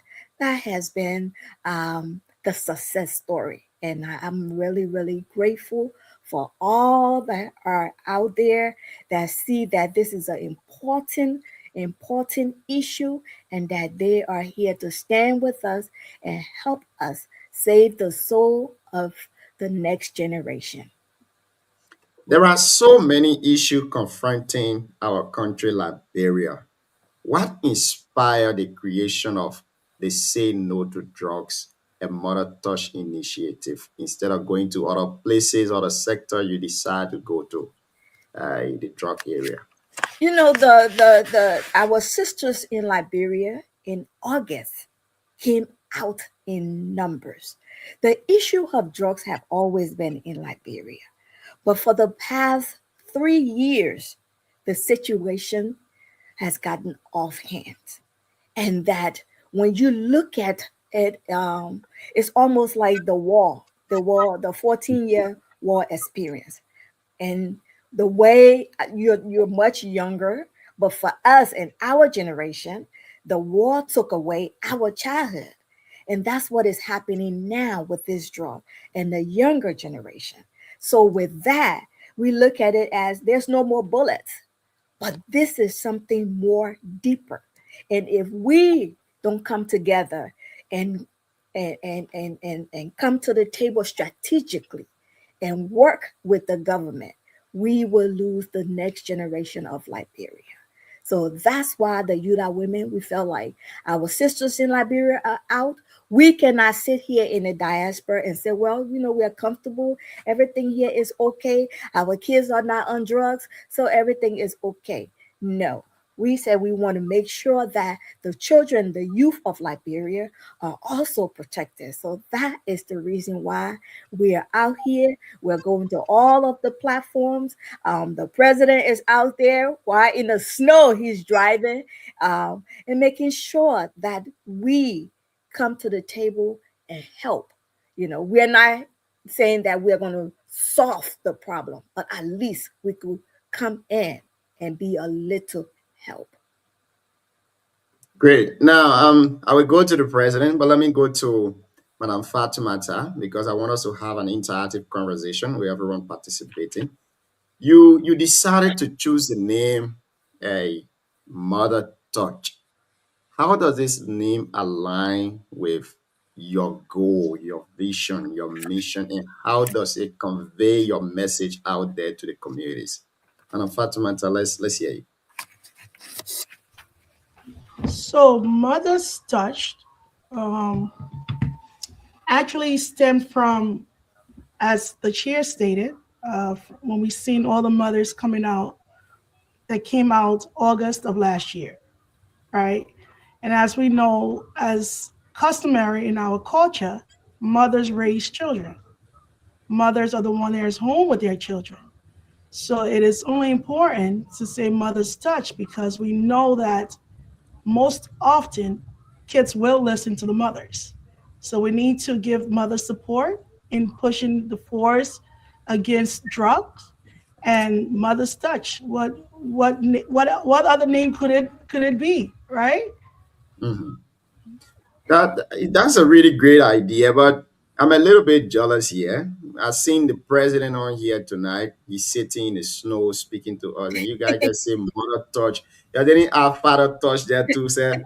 So at least we can feel included too as well. But President, welcome to the show. I want to ask you this question. How does this Mother Touch Say No to Drug campaign align with the broader mission of the Eula Women Empowerment Committee?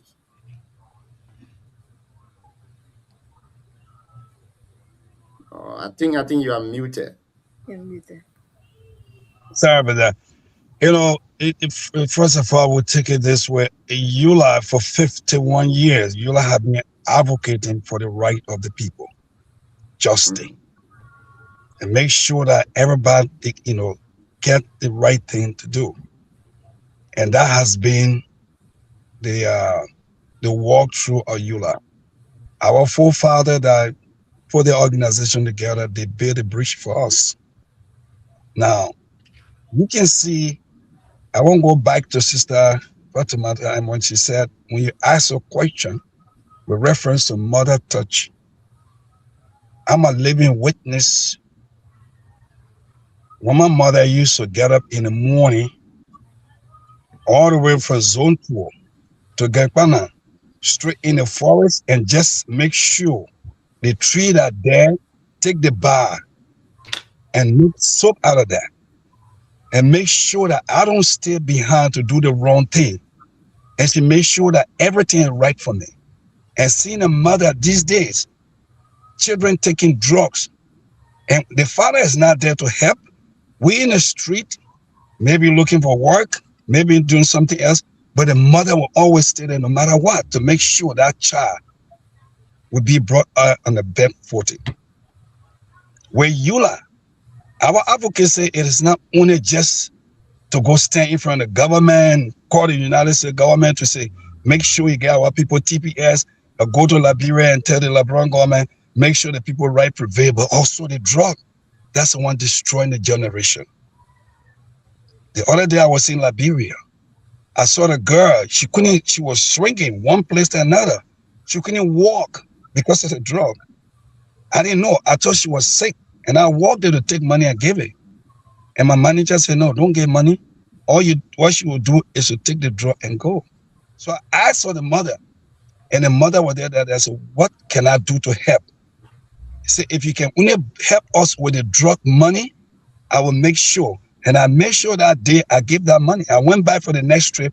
That child right now sitting down by the mother right in the market, right in Garnersville. We all have to do something. That's what Eula does, to help people. It is not just politics. We're not into politics at all. Everything we do is the interest of the people. If the generation in Liberia will survive, those generations, we have to make sure they stay on their feet. Drug is the most dangerous thing. You don't know what it can do to people. Sometimes you take, I'm not a medical doctor, but we hear from people. When you get used to it, it's hard for you to go away. I doubt it can even go away. Because even if you go and you are killed, if you manage to get one little one, it comes back to where you were. So that's why the women empowerment, they are here to help. And I'm thankful to the women empowerment. They've been there throughout COVID, Ebola. They're always there. Look at the women empowerment. They just left Liberia during the Christmas. One of their sisters gave food to Liberia, more than 4,500 Liberia. But we need more than that. We have to do more. It is us, Liberia, in the diaspora. Forget about the government. The government trying their best, but we have to be there to make sure we help. That's why we are here tonight to promote this. For every little thing you give is helpful. And people say, why should I give my money? Just give out 25 cents, give out 50 cents, because whatever you give, our people, forget about religion, God will give it back to you. We just need your help. That's it. Just little thing. Any amount. If you don't have the money, give out material. Anything for that matter. And let me stop right there because this is not my show. I don't want to take it from the women. No. You're doing good. I don't get in trouble with it. No, you're doing good, Prezo. You're doing good. You're doing good. Well, thank you so much. Let's promote it. Thank you. Thank you very much, Mr. President. Now we go to the chair, and then Madam Fatoumata can complement the answer too as well. You've completed phase 1 of the project. I want you to tell the public, those that are listening to you right now, what were your achievements in the phase 1 of the project and the phase 2 of this project that will be starting on the 28th of this month? What is the focus point of phase 2 project? Okay, thank you. But before I do that, it's good to lay some foundation as to what we are talking about. When we talk about drugs in Liberia, what does it look like and what is actually happening in Liberia? According to statistics, 1 in every 5 Liberian youth is using drugs. That is 20% of the population. That is huge.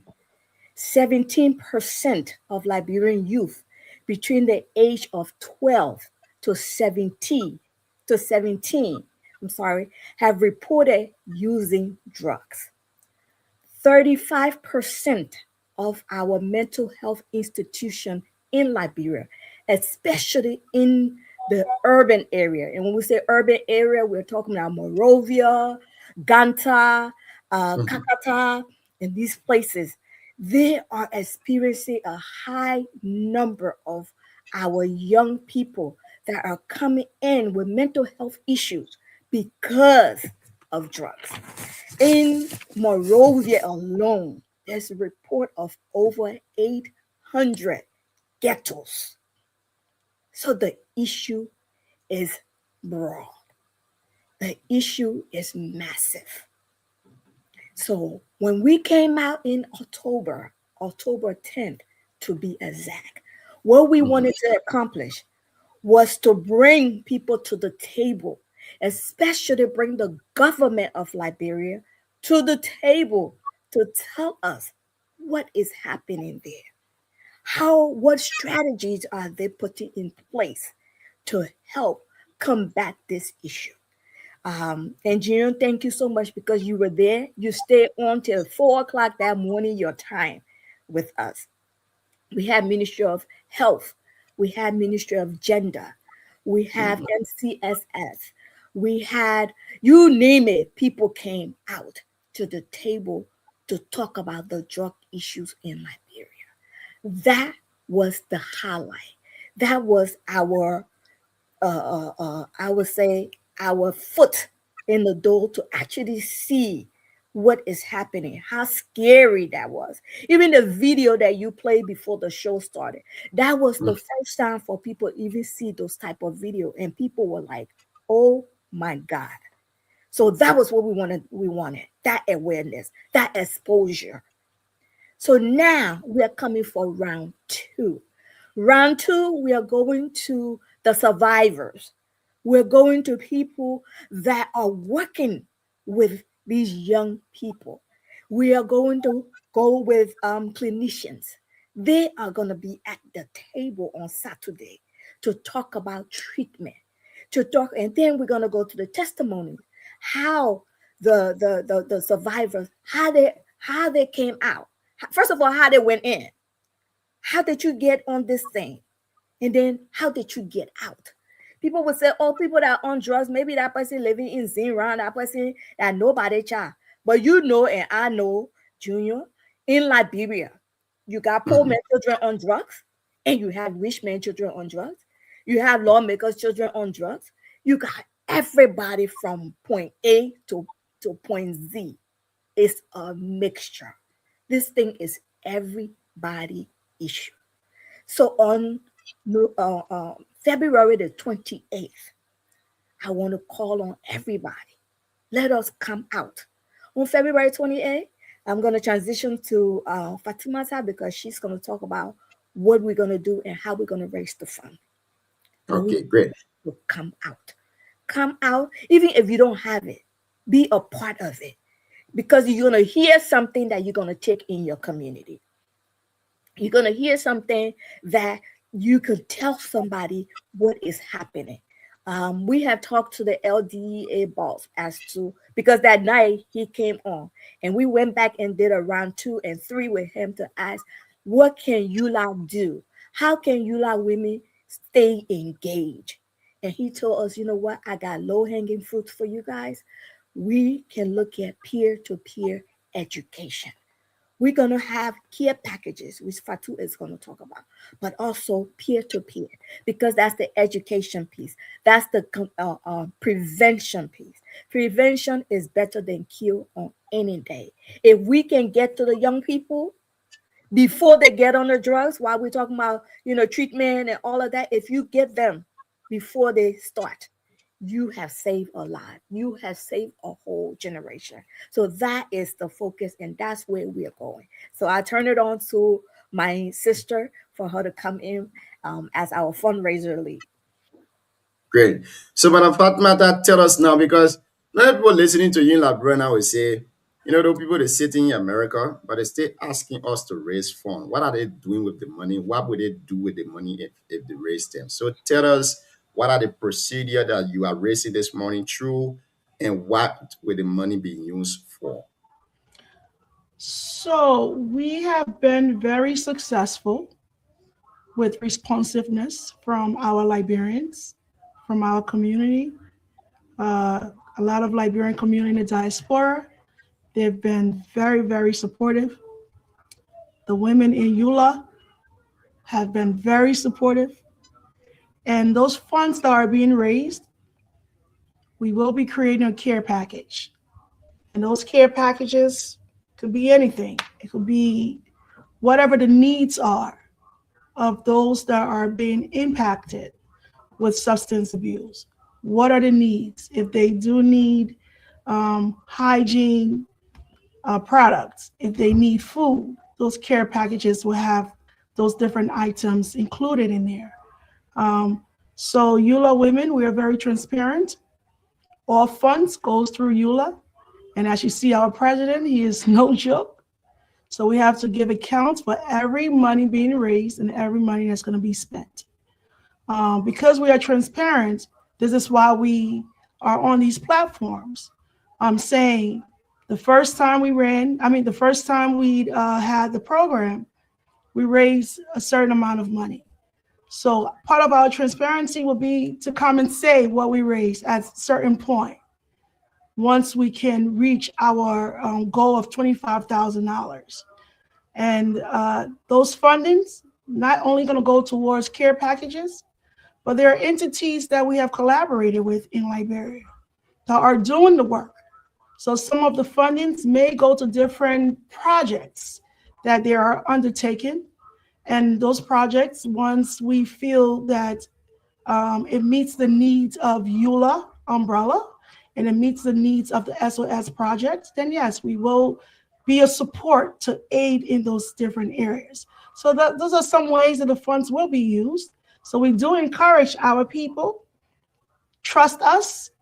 We're in this for a cause. We're in this to fight. We're in this as Liberians. And though it says mother's touch, we do have father's touch also. Fathers are involved. They're involved in the back. They're involved on camera, as you see our president. So please do come out on Saturday the 28th. Bring the money, bring the ideas. We need all hands on deck. We need support. If you are in the diaspora and you can support and you want to join us, please do not hesitate. Come over and let us make this happen. Thank you. Now, I will go to the president with this question because it's a question that somebody sent to me. And this person is battling drug addiction in her family. Her son, according to her, her son is on drugs. But here is the issue. When the issue of drugs start in the family, the fathers take their hands from inside and say, that your son there, and that your son there, you're not going to talk to him. So this lady says she has been facing this issue.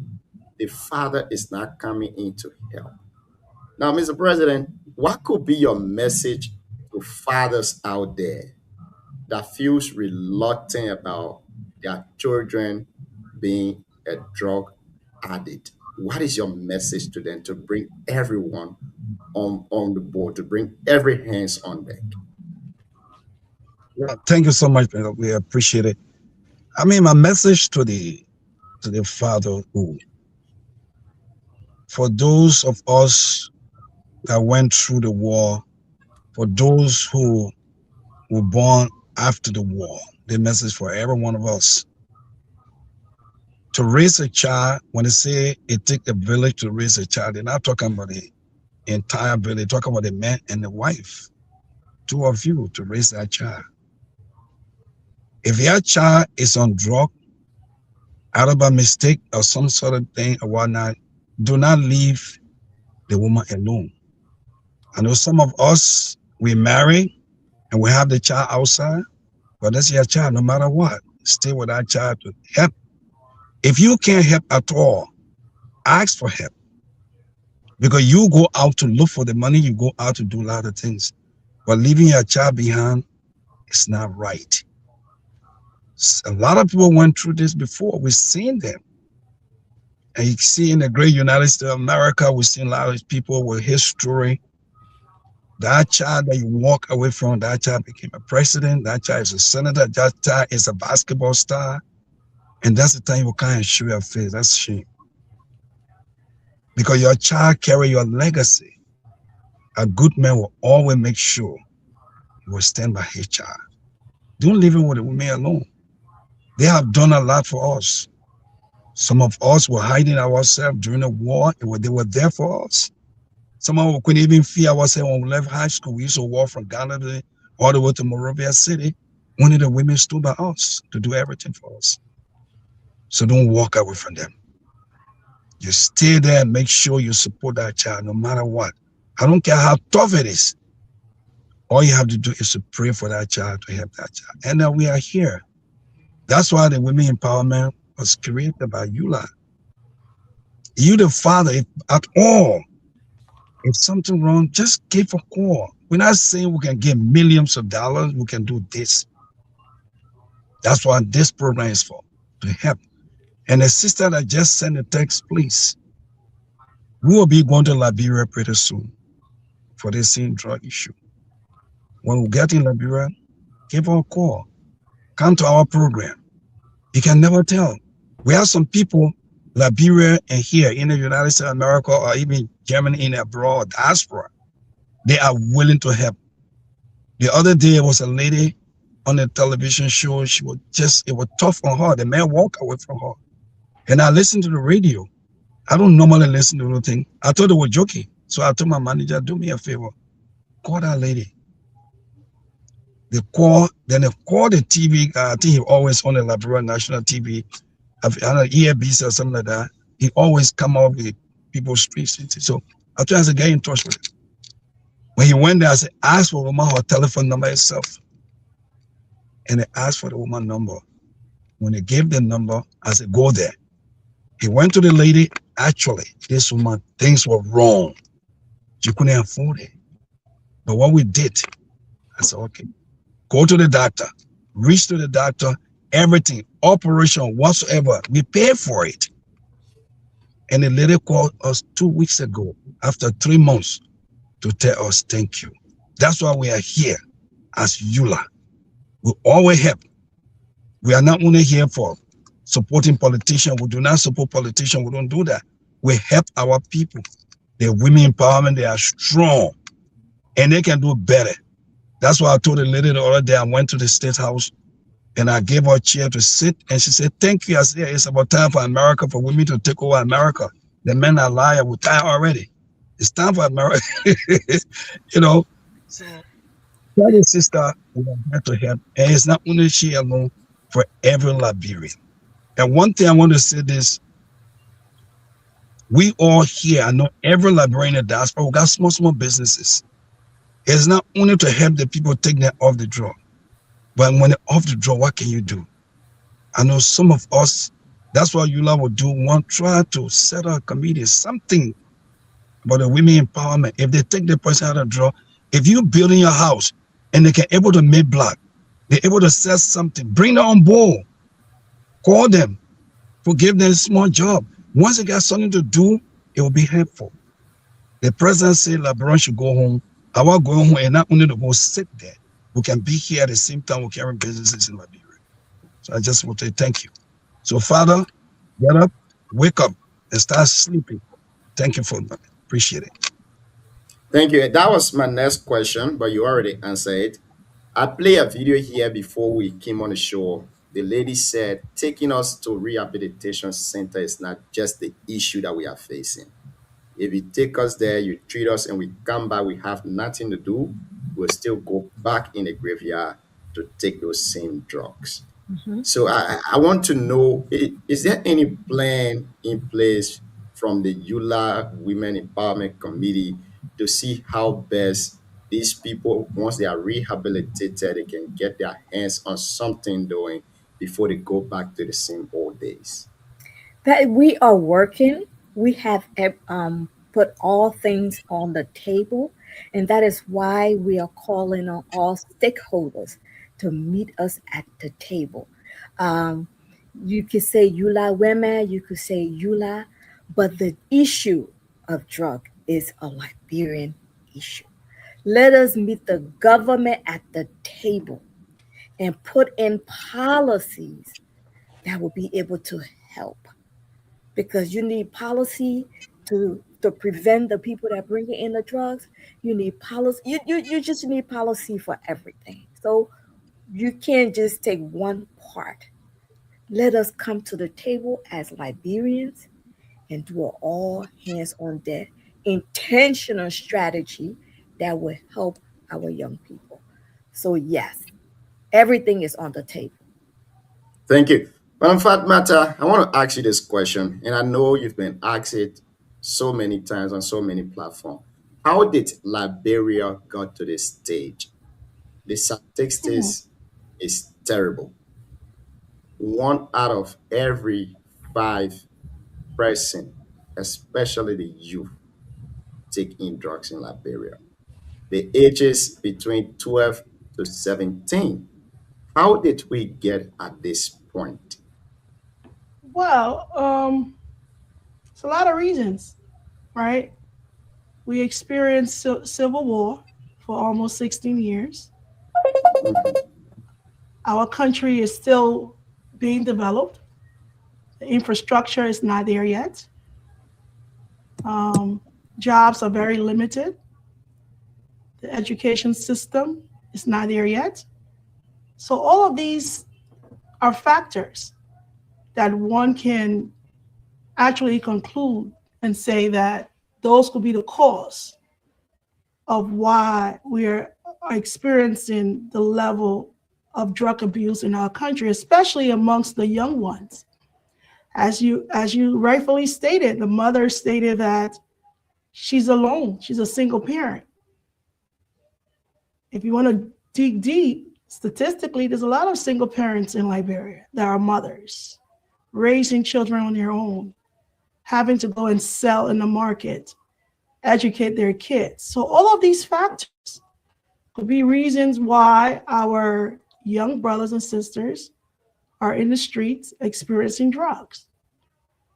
So again, going back to the chair, it is not one thing fix a problem. We have to look at different aspects of our country. You gotta look at it from the legal standpoint, you gotta look at it from the government standpoint, community stand, right? So there's all of these different factors that need to come together to make a whole.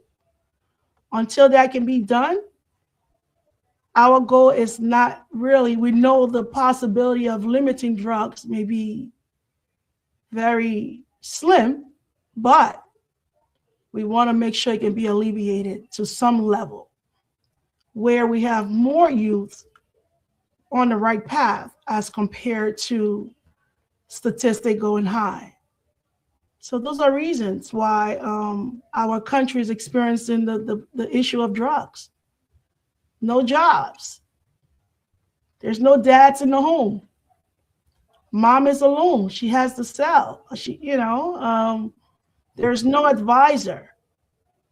If a mother, even in the diaspora, if you're living here as a single parent and you have to work, most of the time the kids are raising themselves. And when you have your child raising his or herself, then what's going to happen? The possibility of peer pressure kicking in is high. So some mothers may be fortunate where they work regular 9 to 5, and some mothers are not that fortunate. So those are all different factors. That's why we rely on the community a lot. It takes a village to raise a child. This is why EULA women, we're not just sitting here and saying, stop using drugs. But part of our target, we went back home.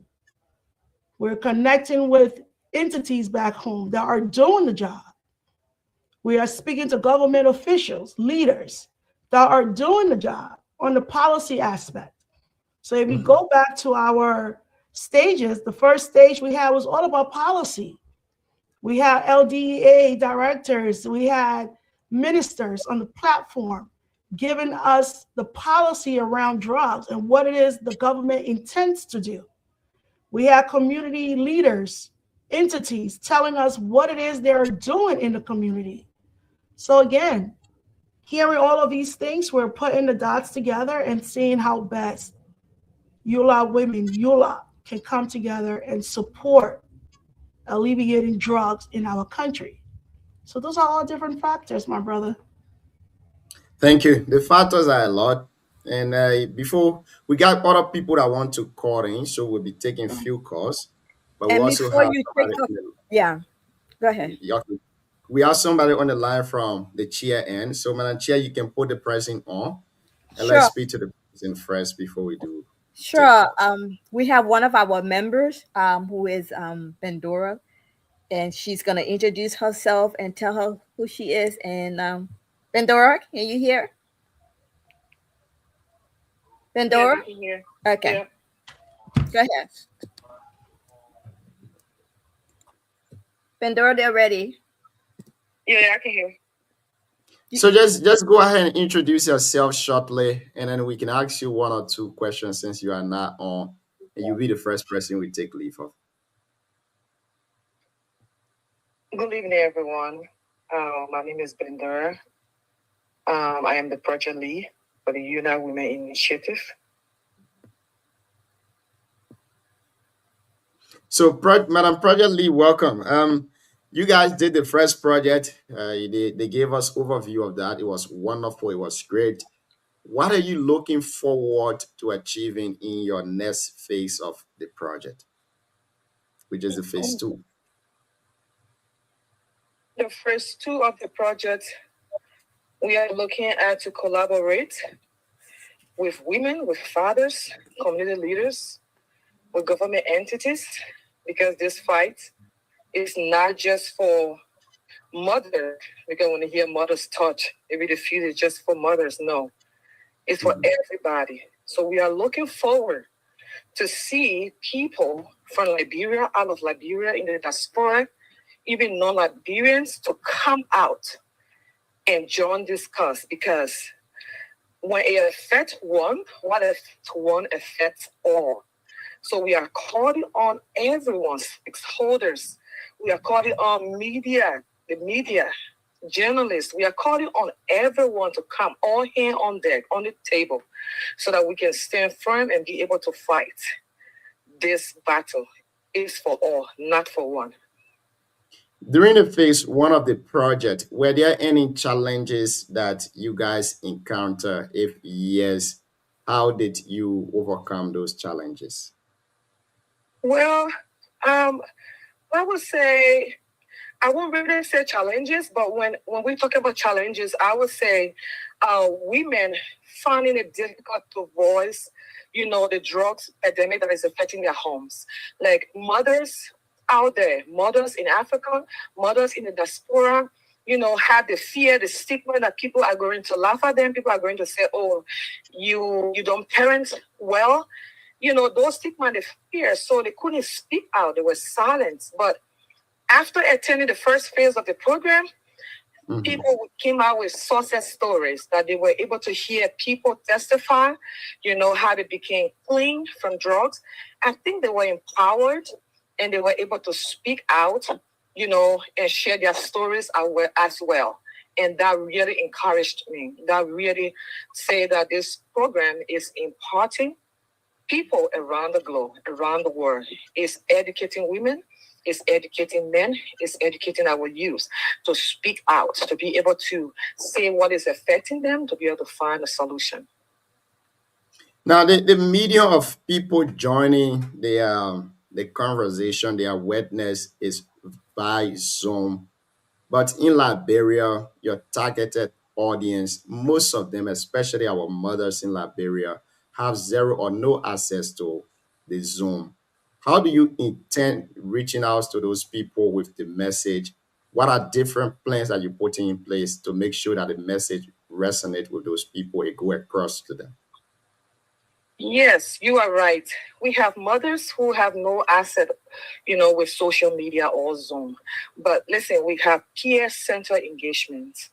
When we come to the youth, this program is youth focused, it's mother focused, like focus on fathers and parenting. We have the peer-centered engagement where, we will have flyers in schools, we have peer education, We will have workshop and training just to educate. Like if you come on Saturday, you will see experts. You will see people who grew up in a drugs-related society and how they overcame and became better. They're one of the speakers, Deputy Frazier, how they became better. So peer-to-peer support is something this group is also working on building on skills and workshop. We want to provide a safe space for dialogue where youth are allowed to share openly without fear. And when it comes to mothers are first responders. They are first responders when it comes to home, even before the society can know, even before the school.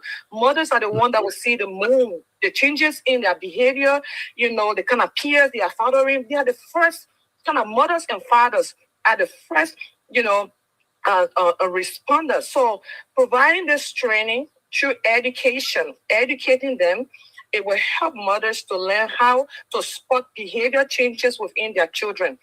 And then communication tools is also practical. Coming to this program on Saturday and learning how to handle these things when you see changes in your child or in your children, how to be able to communicate that to them is very important, than to criticize them or to just keep quiet because you don't want to be shamed by society. You don't want to be shamed by your peers. You don't want people to laugh at you. No. So this program is not just on social media. We have flyers out there. We have people. It's word of mouth that people will go from and talk about the word of mouth. Schools, we encourage churches to join the movement where they can be able to talk about drugs-related crisis within the ministry. Even schools can talk about it. So there are many avenues that, this education or this awareness can reach our people. Thank you. Thank you so much for joining us here tonight. It was a great time speaking to you. In 2 minutes, what's your parting message, especially to the young people of Liberia and also the mothers who are on your voice tonight? Well, thank you so much. What I want to say to my youth, to my brothers and sisters, to my mother, to the parents, to everyone of Liberia, as we move forward, we want you to learn, to know that you are not in this alone. We are here. We are standing with you. The fight against drugs in Liberia will not be won by speeches. It will not be won by marches to march the street. It will not be won by gesture alone. It will be won in our homes. It will be won in our communities. It will be won in the quiet. It will be won with conversation and dialogue. So come on board, come on Saturday and learn how to approach this issue and learn how to talk to your kids and learn how to see change in our behavior and be able to address it. A mother touch is more than a theme. It is a reminder that compassion, vigilance, and unity are our strongest tools in protecting the next generation. We are stepping into this work not as critics, but as partners. We want to partner with the victim. We want to partner with the parents. We want to partner with the community. We don't want to be spectators. So we are calling on everyone. You are a leader. Mothers, you are a leader. You are a leader. We are calling you. Come on, share your story. If you are a survivor, come on, share your story. Do not fear of discrimination. No fear of discrimination of what people will say. The Bible says, who the Son sets free is free indeed. The Youth Women Empowerment Committee is committed to transforming this movement into a stunning movement. So we are calling on government officials, everyone. We want to hold everyone accountable. Let us come together and support this cause. Your $5 matters. Your $10 matters. We will have mobile money. Even if you have 100 LD, as a single mother, you say no. Even though my family is not affected, but I want to be a part of this movement. Please come and support. Please come. We want your voice to be here and be heard. And this is the platform where your voice will be heard. And I want to say thank you for having us. Thank you for having me. Thank everyone. Thank you very much for also being on the show tonight. We have joined this movement not as critics, but as partners. Wonderful message from there. Madam Chair, your phase one of the project, I'm so key and focused on it because that's your first achievement, and now you're going to the second one. Is there any other success story that can define the second phase of your project that you can, tell the public tonight that this is the story we've gathered from the first one as we are leading to the second one? This is what we need. It's the funding, the resources that we were able to collect from the first phase. Like I said earlier, people came out, people give, and we ourselves, as Eula women, we charge ourselves because you can't be out there asking people for money and you yourself have not put anything in the offering basket. So the women themselves, we are out there, we are digging deep in our pockets, and we are also supporting this cause. For phase two, we have put together 100 care package, and those care packages are $25. Just very simple. Help someone who is entering the treatment center. At least the first day that they're entering, they will be able to have that package that they will be able to start with. It's just $25, and you yourself, Junior, you can buy a care package because you can buy the care package. That's just why I wanted to ask if somebody listening now want to buy a care package for any other person out there, how can they buy that package? Okay, so you can put up our information where they can donate. Fatu is not feeling well, so and I'm just dragging her here. So it's okay. Yeah, so we will try to wrap it up, but we got people on the line. So before you end your thought, let's try to take few calls, and then we can try to wrap it up here for tonight. This person, before we go, let's put our money because we are here to sell information up. Yeah, put our money information up, please. Okay, great. Let me get it. Yeah, let put me the flyer get it. up with the information, please, with how to. Because without money, we can't do half of the things we want to do. Yes. So we do want to emphasize donation, support. Yeah. We need your support financially. So I will put it on very shortly. This person is holding on the line. Let's speak to them. Good evening. Hello. Hello. Good evening and welcome to the show this evening. What's your name and where are you joining us from? My name is Randolph Lee and I'm calling from Minnesota. Randolph, welcome to the show here this evening. What's your take on the conversation?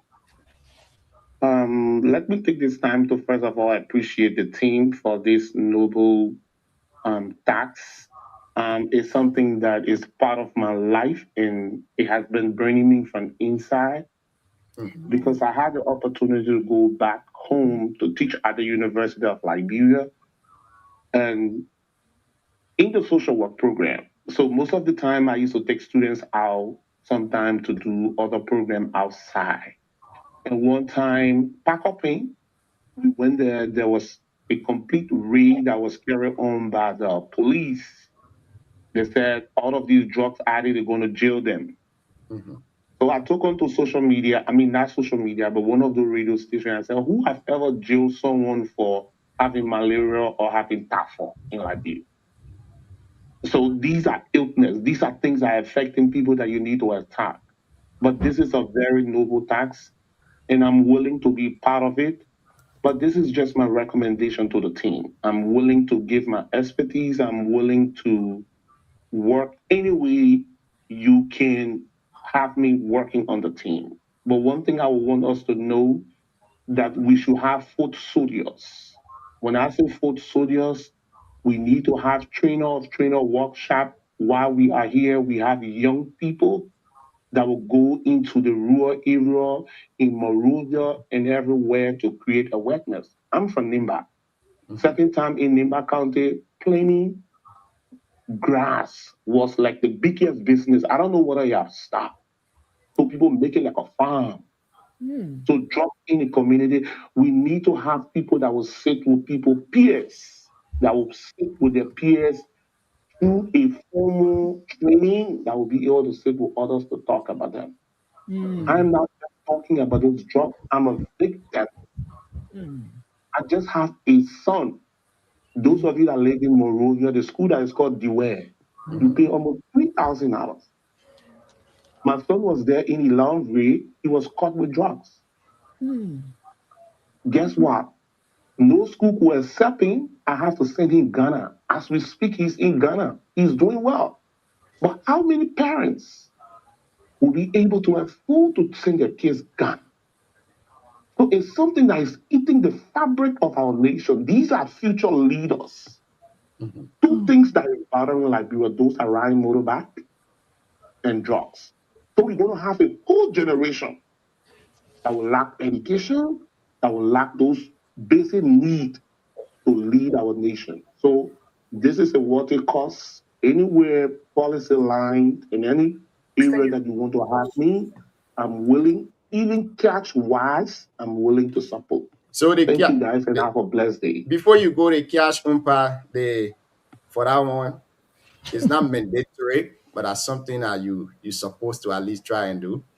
For the expertise will get to you, but the cash wise, we got a specific goal that we want to meet. For the phase 2 of the project, we are looking for 5,000, and that 5,000 we need to buy care packages. So if you got any other support, by whatever me, especially financial support now, you know, so you can help them. The Zelle name and Cash App is also up. You can take that and help your partners. Let me call them your partners for now. So thank you for being on the call. And thanks, Brother Clee. Thank you, Randolph. Thank you. He knows how to get me. So. Oh, I know how to get him. Everybody here in Facebook land, I come here. Thank you. You sitting there now looking. You see the flyer? Thank you very much. Thank you for calling. So again, if you are listening to us and you want to make your contribution here tonight on the show, you can call us on the numbers you see on your screen.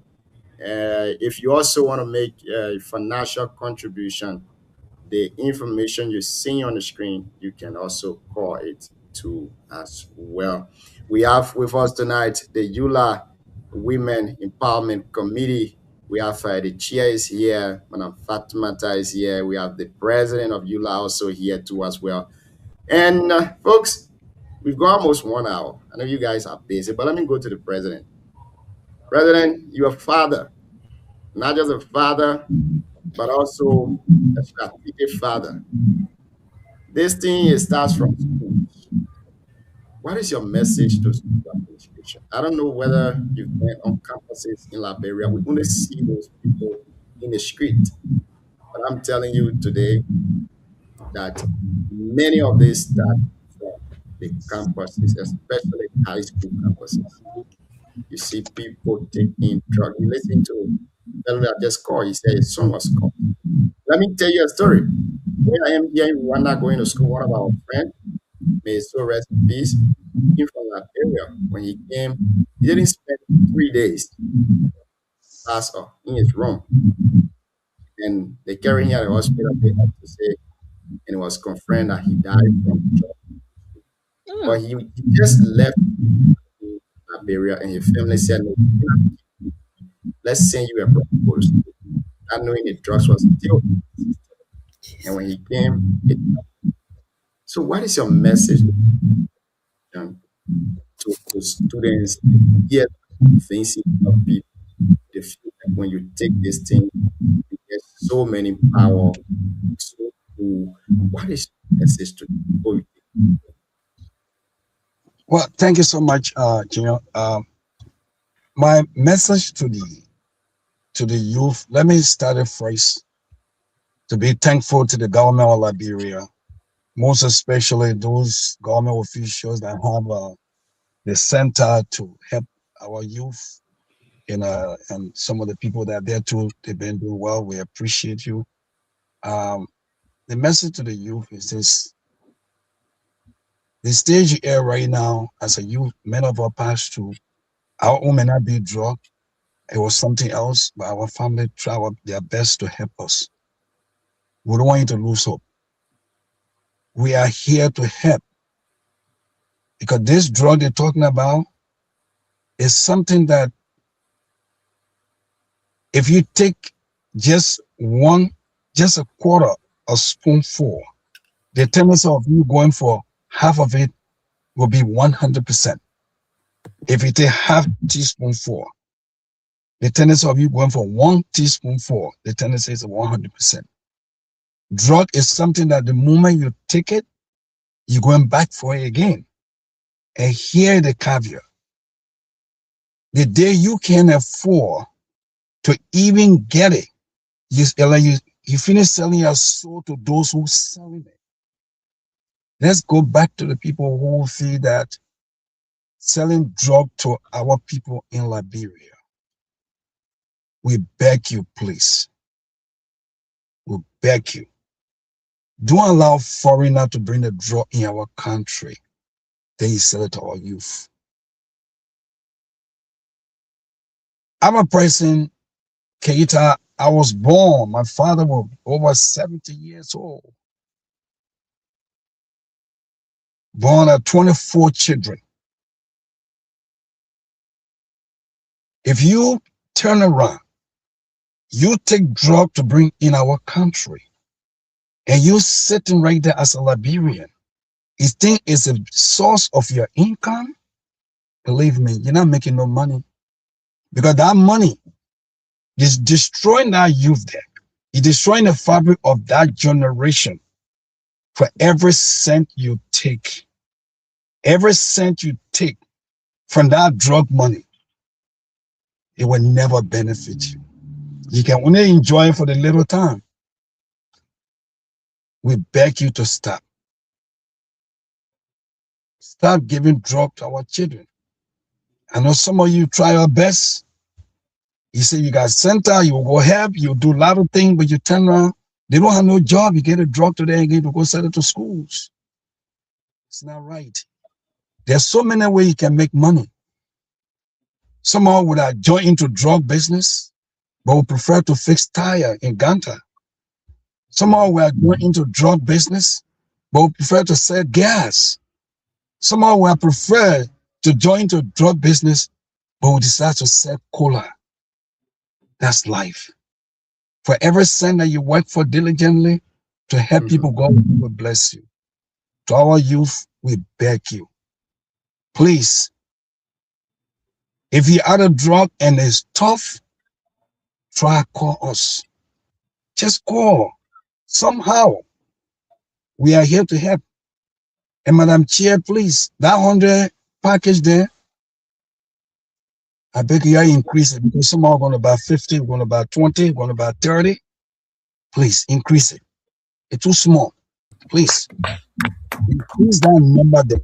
We've got to help our children. Those are the generation. Some of you remember 1980, when someone were in, high school, swinging, all those stuff, advocating for things. We didn't take drug to do it. We were some indeed to fight for our right. But if you take drug, you will not stand in Apalava at the University of Liberia. You're going to be on the street. We beg you. If you need help, the help is on the way. And we will help you, we promise you. We're not going to let you down. This is us. Liberian, our country is blessed. We are blessed. And believe me, it will be better. And thank you so much. God bless. Thank you very much. And may God bless you too for being here tonight. Before we go to our mothers to give us their parting comment, we have a video here. We'll take a break with it. And when we come back, we'll get to you guys to give us your parting comment. But again, we want to say thank you guys for being here tonight. It has been a wonderful conversation. And folks, if you're just joining us, you are listening to the EULA Women Empowerment Committee. They are here tonight speaking to us on their upcoming program, which will be on the 28th of February 2025. And that program is focused, or is the introduction of phase 2 of their initiative, A Mother's Touch. Let's go for this break. We'll be right back. Stay with us.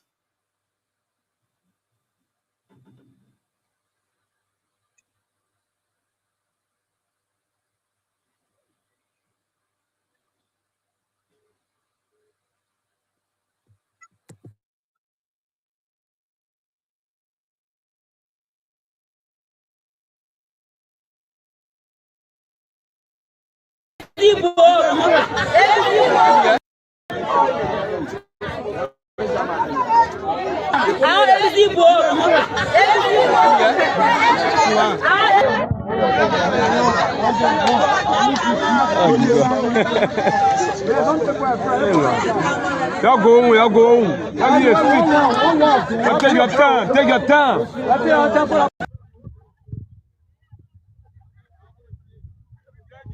That's West Point. Video you're seeing there is from West Point. And it's terrible. These young people are creative that they can even build a ghetto in the middle of the lagoon. Those waters, they will build something there and they will be sitting there. So again, we want to say thank you guys for being here tonight. It has been a wonderful conversation. As always, I appreciate you people. I appreciate everything that you are doing. And I know this, you are not doing it for any other pay, but I believe that God will definitely reward you. At this time in the life of our country, some of you who are just sitting in America to say, now let's leave this thing. It's not affecting any of my family. It's not affecting my children. But indeed, you are stepping in to fight this drug. And I like the way you guys doing it. No screen attached, no politics about it. It's every household initiative. Nobody's saying, oh, we're doing this one, now the other pressing project, No, we're fighting drug together and all hands on deck. Madam Chair, let's hear you finally, your parting comment, and we'll go to Madam Fatima that'll close us on, and then we can call it a day for tonight. Okay. Before we come to me, I still have Bendora on the line. She has a testimony. Okay. So Bendora from. Yes. So yeah, thank you. Thanks for having me again. After the first one of the program, one of the mothers reached out to me. A lady reached out to me, and there were a lot of people that reached out, but this is one of the most powerful testimonies that came from the program, the first one.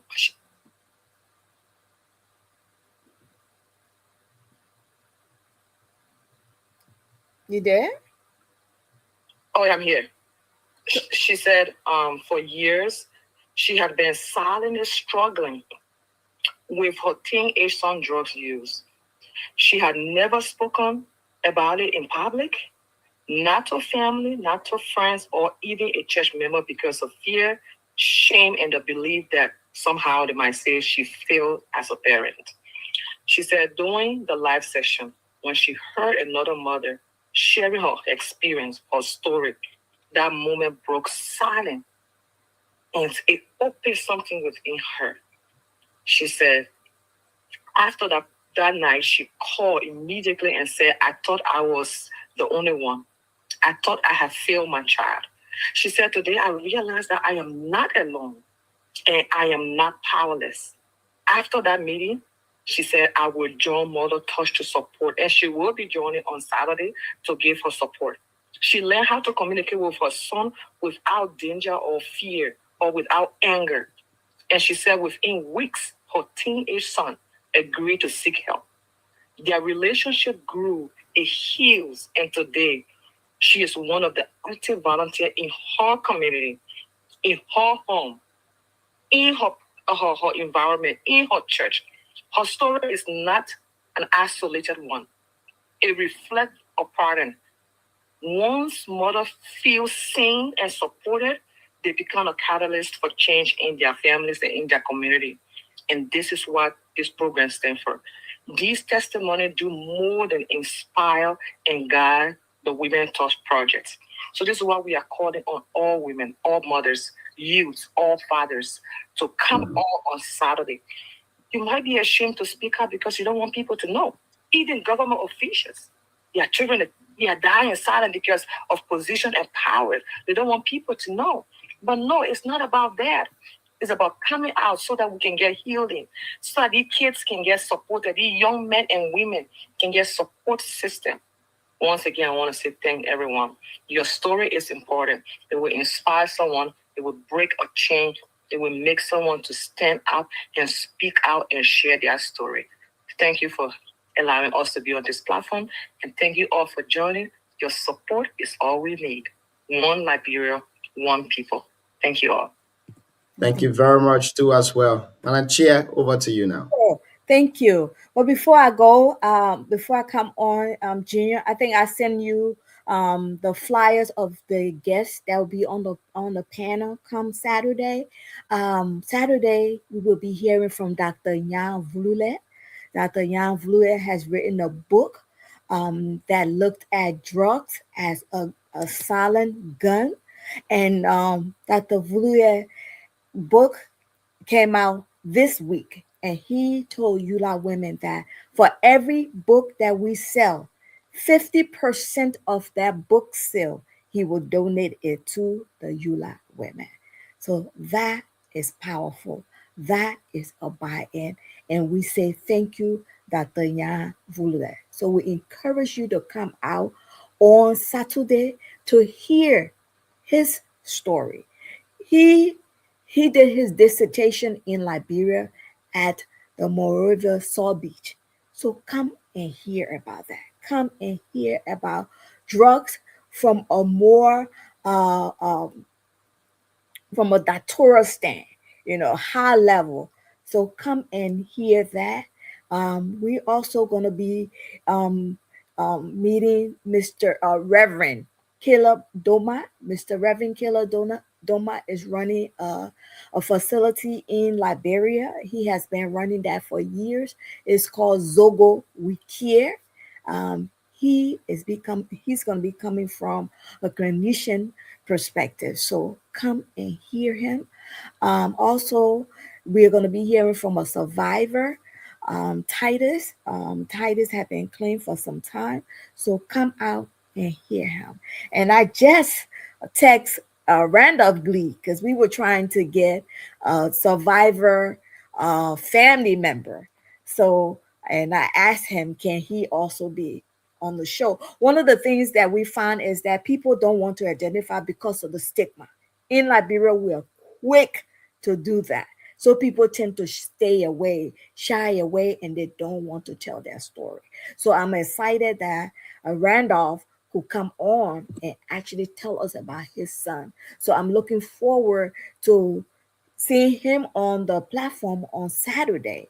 And also we're gonna be hearing from a deputy sheriff out of Minnesota, that he's gonna be telling his story as well. So we're gonna be jam-packed.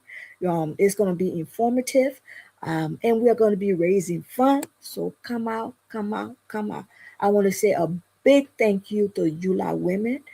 Thank you so much for this. Thank you for everything that we are doing as a team, as women coming together to work for the people of Liberia. I say thank you. Thank you to Yula. Thank you to our dynamic president for being present.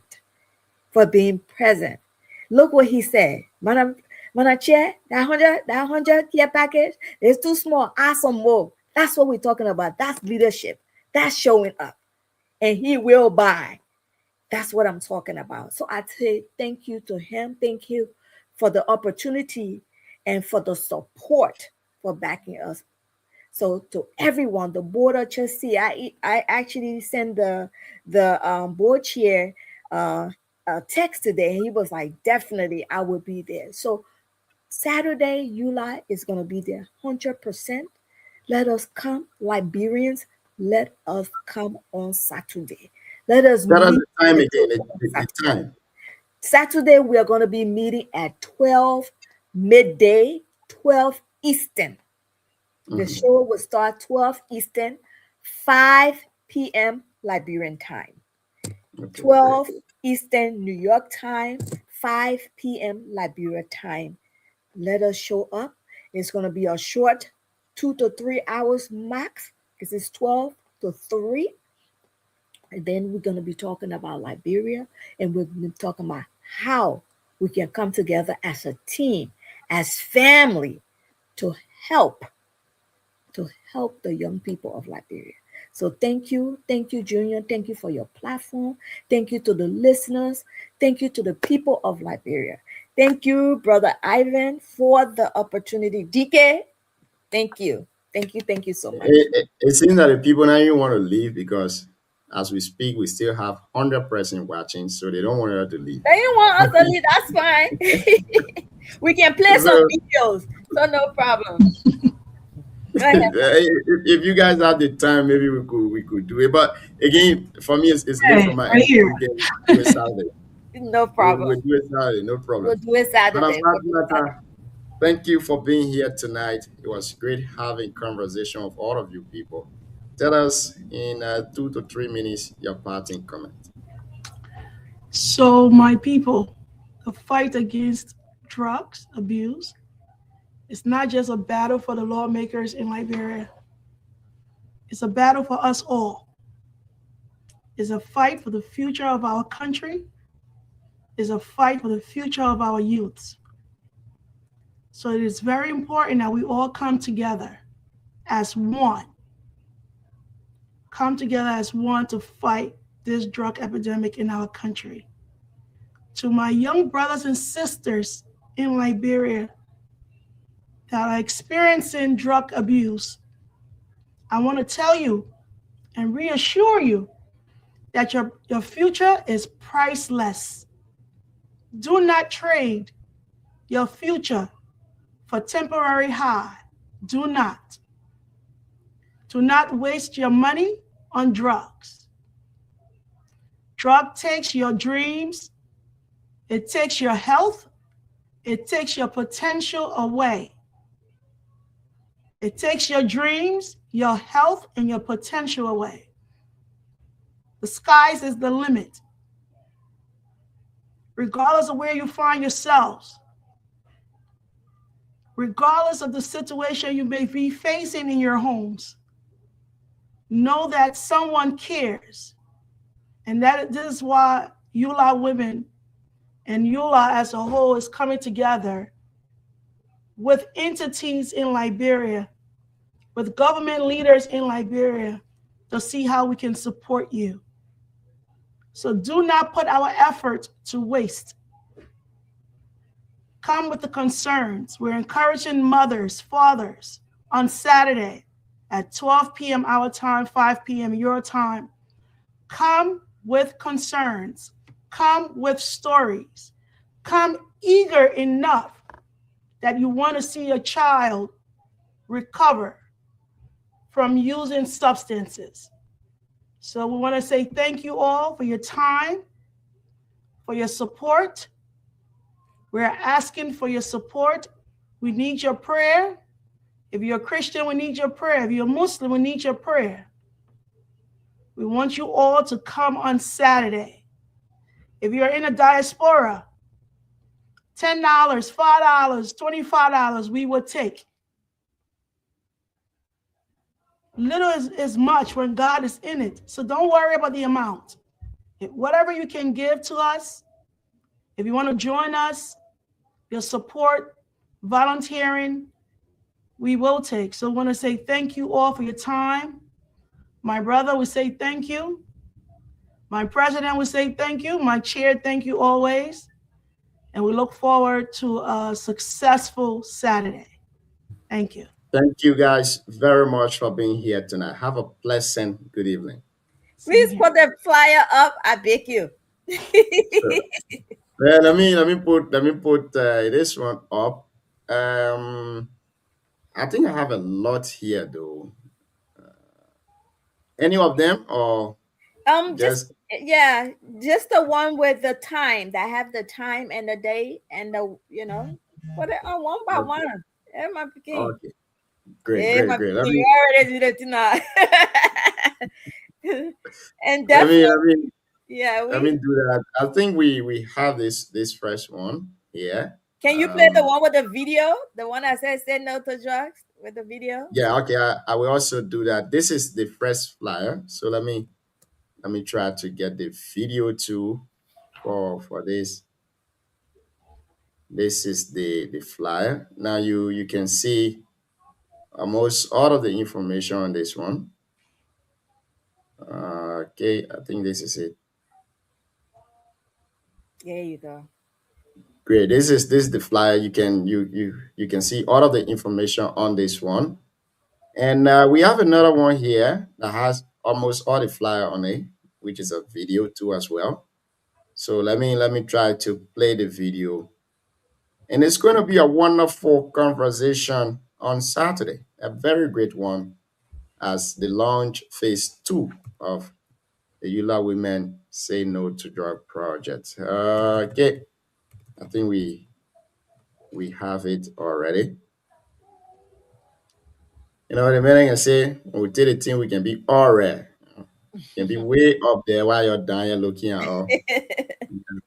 I'll be telling you how to stop the team while the team can be making all of you fun. But again, you guys are doing wonderful. And I'm pretty sure we achieve our goal as a country to combat drugs. Amen. If other countries can do it, it means Liberia too can do it. Here is the video. Amen.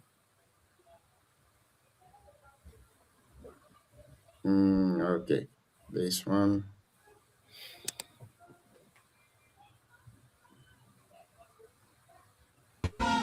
If you are from Nimba, say no to drugs. If you are from Lofa, say no to drugs. If you are from Grangie, say no to drugs. If you are from Maryland, say no to drugs. And if you are from Monrovia, say no to drugs.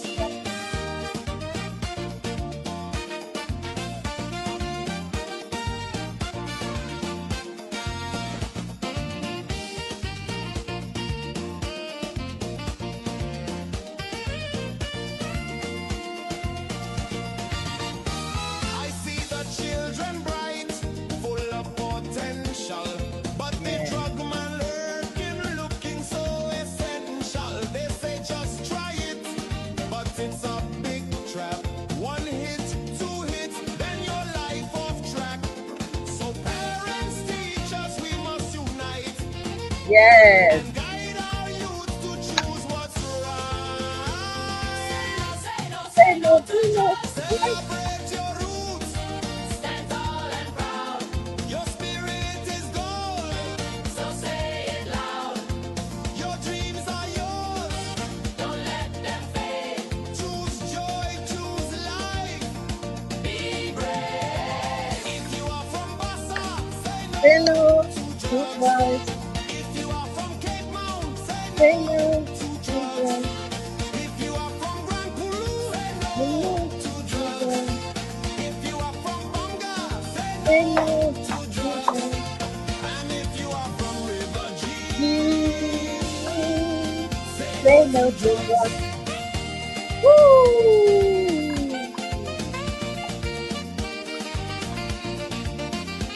A big thank you to the artist that sang this song. He captured it. He really captured it. He really captured it. A big, powerful thank you to him. Beautiful song. A beautiful song. A beautiful, Really nice song. Yes. So thank you. And it definitely portrayed the message, though. He said when you take one shot, you think you're okay, you take another one, and you move on to yourself straight. You know, you were like, we put fun in everything, but I see what you're talking about. Yeah, definitely. It's been great talking to you guys here tonight. Have a pleasant rest. Thank you so Thanks, much. Patu. Thank you, sis. Thank you. Thank you. Have a good night, everyone. Okay, thank you. Okay. Thanks, Pandora. Thank you, Jim. So Yeah. Saturday.